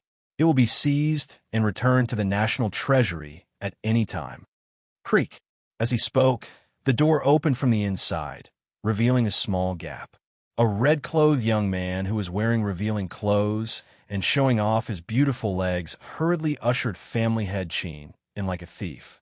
He lowered his voice and said, "Family head, lower your voice. Don't alarm the neighbors and attract people here. This is the private property that young master saved with great difficulty. If it's gone, young master won't know where to live." The guards behind Patriarch Qin twitched their mouths at the same time. They could clearly see that the vein on Patriarch Qin's forehead was throbbing several times. He was probably so angry that his brain was congested he came to visit his son, and his son greeted him like a thief. Where was his dignity as the patriarch of the family? It would be a joke if word got out. "Where's boss? Where is he? Get him to come out and see me immediately." Patriarch Qin angrily rebuked, but that red-clothed young man hurriedly came up and covered his mouth. That fragrant wind blew in his face, making Patriarch Qin so angry that his head kept throbbing. What kind of coquettish sluts were these? Men didn't act like men, all of them revealing their chests and legs. Could it be that his son had been led astray by these coquettish sluts? Abruptly flinging that young man's hand away, Qin Hong pointed at him and was about to shout. Hong, he hurriedly opened the door a little and beckoned everyone in with his finger. "Hurry, hurry, come in. Let's talk inside." The guards' mouths twitched fiercely. They lowered their heads and hurriedly followed their master into the room. Red, he slammed the door shut, patted her chest, and winked at the crowd. "Aya, you scare me to death. This is one of young master's few private properties. If it's seized, then our family can only sleep on the streets." Qin Hong pointed at Hong Yi and roared, "Scram!" Hong Yi quickly turned around and ran away, disappearing in the blink of an eye. Everyone was speechless. Fuck, what kind of weirdos are those around eldest young master? Family head Qin was so angry that he was panting. Then, he saw a person slowly walking over from small path. Although he seemed to be walking slowly, he actually covered several miles with each step. In an instant, he was right in front of them. "Greetings, family head." The handsome man bowed to family head Qin. Family head Qin had a belly full of anger. Where's Xian? Tell him to come see me. This subordinate has already informed the young master. Patriarch, please take a seat here for a moment. Family head Qin angrily followed Fan Meng through the corridors and aisles. They entered the side door of the garden and arrived at a tea pavilion. Then, they heard a lazy voice laughing. Father, I heard that you made a scene at the front door. What are you doing? This son doesn't have many private properties in the capital. If you make a scene and everyone knows about it, it will definitely attract that brat surnamed M.O., who will seize my property as well. The elderly patriarch turned around to take a look. He was so angry that his nose twitched.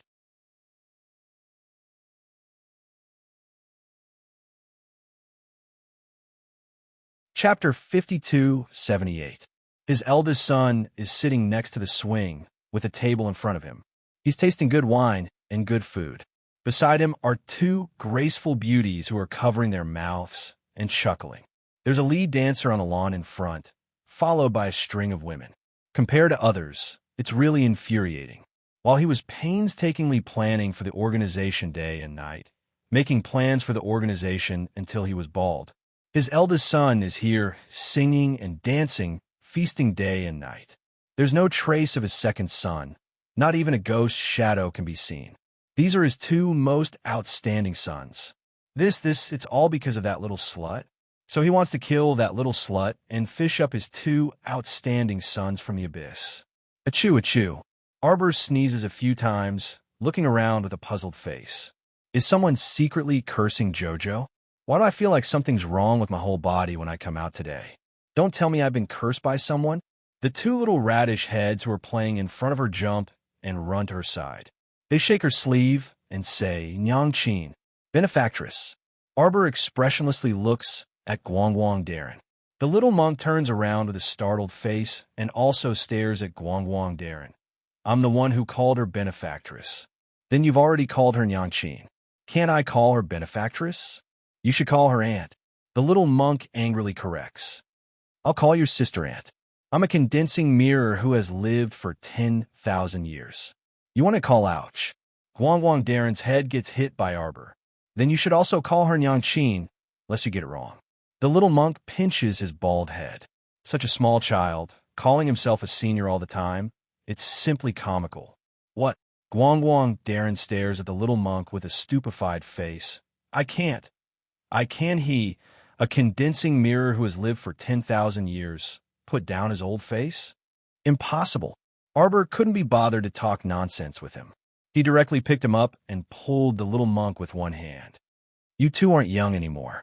From tomorrow onwards, after you finish your morning classes, go to the kindergarten.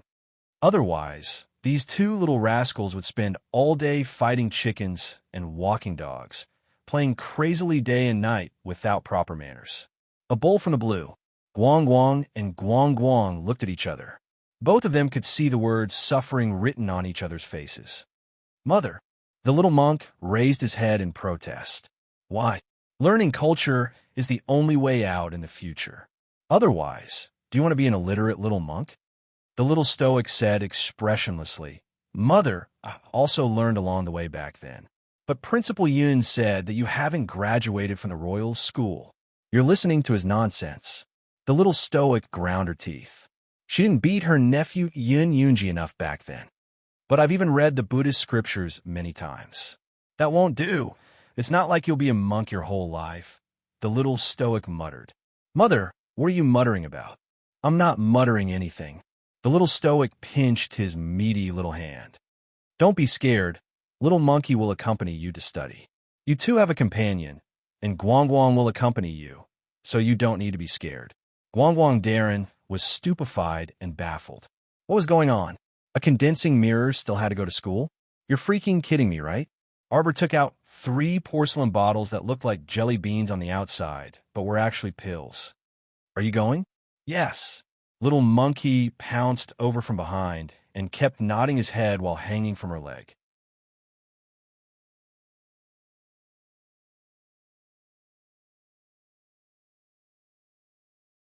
Chapter 5279. The little monk also nodded and raised his small hand to pick up the medicine. This move was quite useful against foodies. Arbor nodded in satisfaction and glanced at Guang Guang, who had a conflicted expression. Are you going or not? Guang Guang snatched the porcelain bottle from her hand and muttered, I'm not going for the sake of the pills. I'm going to protect them. Humph. If it weren't for Sir Guang Guang's protection, who knew if these two weaklings could survive past 3 days? Arbor's lips curled into a faint smile. You're the best. Then it's settled. I'll send someone to escort you there tomorrow. You have to work hard, understand? Mother will test you on what you've learned when we get back. Sir Condensing Mirror, whose actual age was over 10,000 years old, but who only appeared to be around 3 years old, nodded very solemnly. The little monkey, whose actual age was over 300 years old, but who appeared to be 5 years old, also nodded very solemnly. We will study well. After the new year, the little monk Kong Kong, who was 6 years old and half a head taller than these two old monsters, nodded reluctantly with a bitter expression. All right then. After reaching a consensus with the 3 children, Arbor was also quite happy on the inside. With one in her arms, one hanging from her leg, and one holding her hand, Prince Mo saw his wifey dragging 3 children in her direction from afar. He immediately dashed forward and took the condensing mirror from her arms. Jojo, where are you going? We're going for a walk in the garden. Arbor held the little monk's hand and looked up at Emolien. I'll go with you. Emolien immediately pulled over the little monkey hanging from Jojo's leg to lighten the burden on his wifey's leg. Qiuqiu said that Shinta Jing, who was previously imprisoned in the Tower of Punishment, might be about to die. I'll go in and take a look later. Xiao Mu and Emolien led the little radish heads to the garden. After walking around a few times, they let the 3 of them go off to have fun. The little stoic yawned. I'm going to sleep in the star domain later. Recently, I feel that baby Mo especially likes to stay in the star domain. When I come out for a long time, he will remind me to go in. That's because this fellow cultivates at night and likes to stay in a place filled with divine energy, Emolien muttered softly. Arbor turned to look at him. Husband, what are you muttering about? Emolien reached out and grabbed her. Nothing much. Wifey, why don't you sleep in the star domain tonight? Arbor thought about it and nodded. I don't have much to do recently, so I'll go to the star field and stay there for a while. Then, a bitter expression appeared on her face. She looked at her husband and said, After I got pregnant, I actually didn't like to stay in the star field. Do you know why? Emolien held back her laughter and nodded. Because you stayed in the star field for a long time. When you came out, you realized that only 3 to 5 days had passed. This way, you'll feel as if you've been pregnant with baby Mo for several years. The little stoic patted the back of her husband's hand in passing. Husband, you understand me too well. But in truth, if you don't have anything to do, just stay in the star field and draw talismans and refine pills. If you're mentally strong, you can also personally plant medicinal herbs. The main reason was that, firstly, it would be safe and reassuring. Secondly, baby Mo liked it. If this fellow cultivated, perhaps it would be twice the result with half the effort. The little stoic nodded reluctantly. All right then, I'll go visit Shinta Jing later and won't come out if there's nothing. You're tuning in to the Romance Rendezvous YouTube channel. We're so grateful for your support, and don't forget to subscribe to join us on this incredible journey through captivating stories. Your generosity through donations truly makes a world of difference, as it's the primary source of revenue that allows me to expand and enhance this channel for you. Thank you from the bottom of my heart for being a part of this adventure.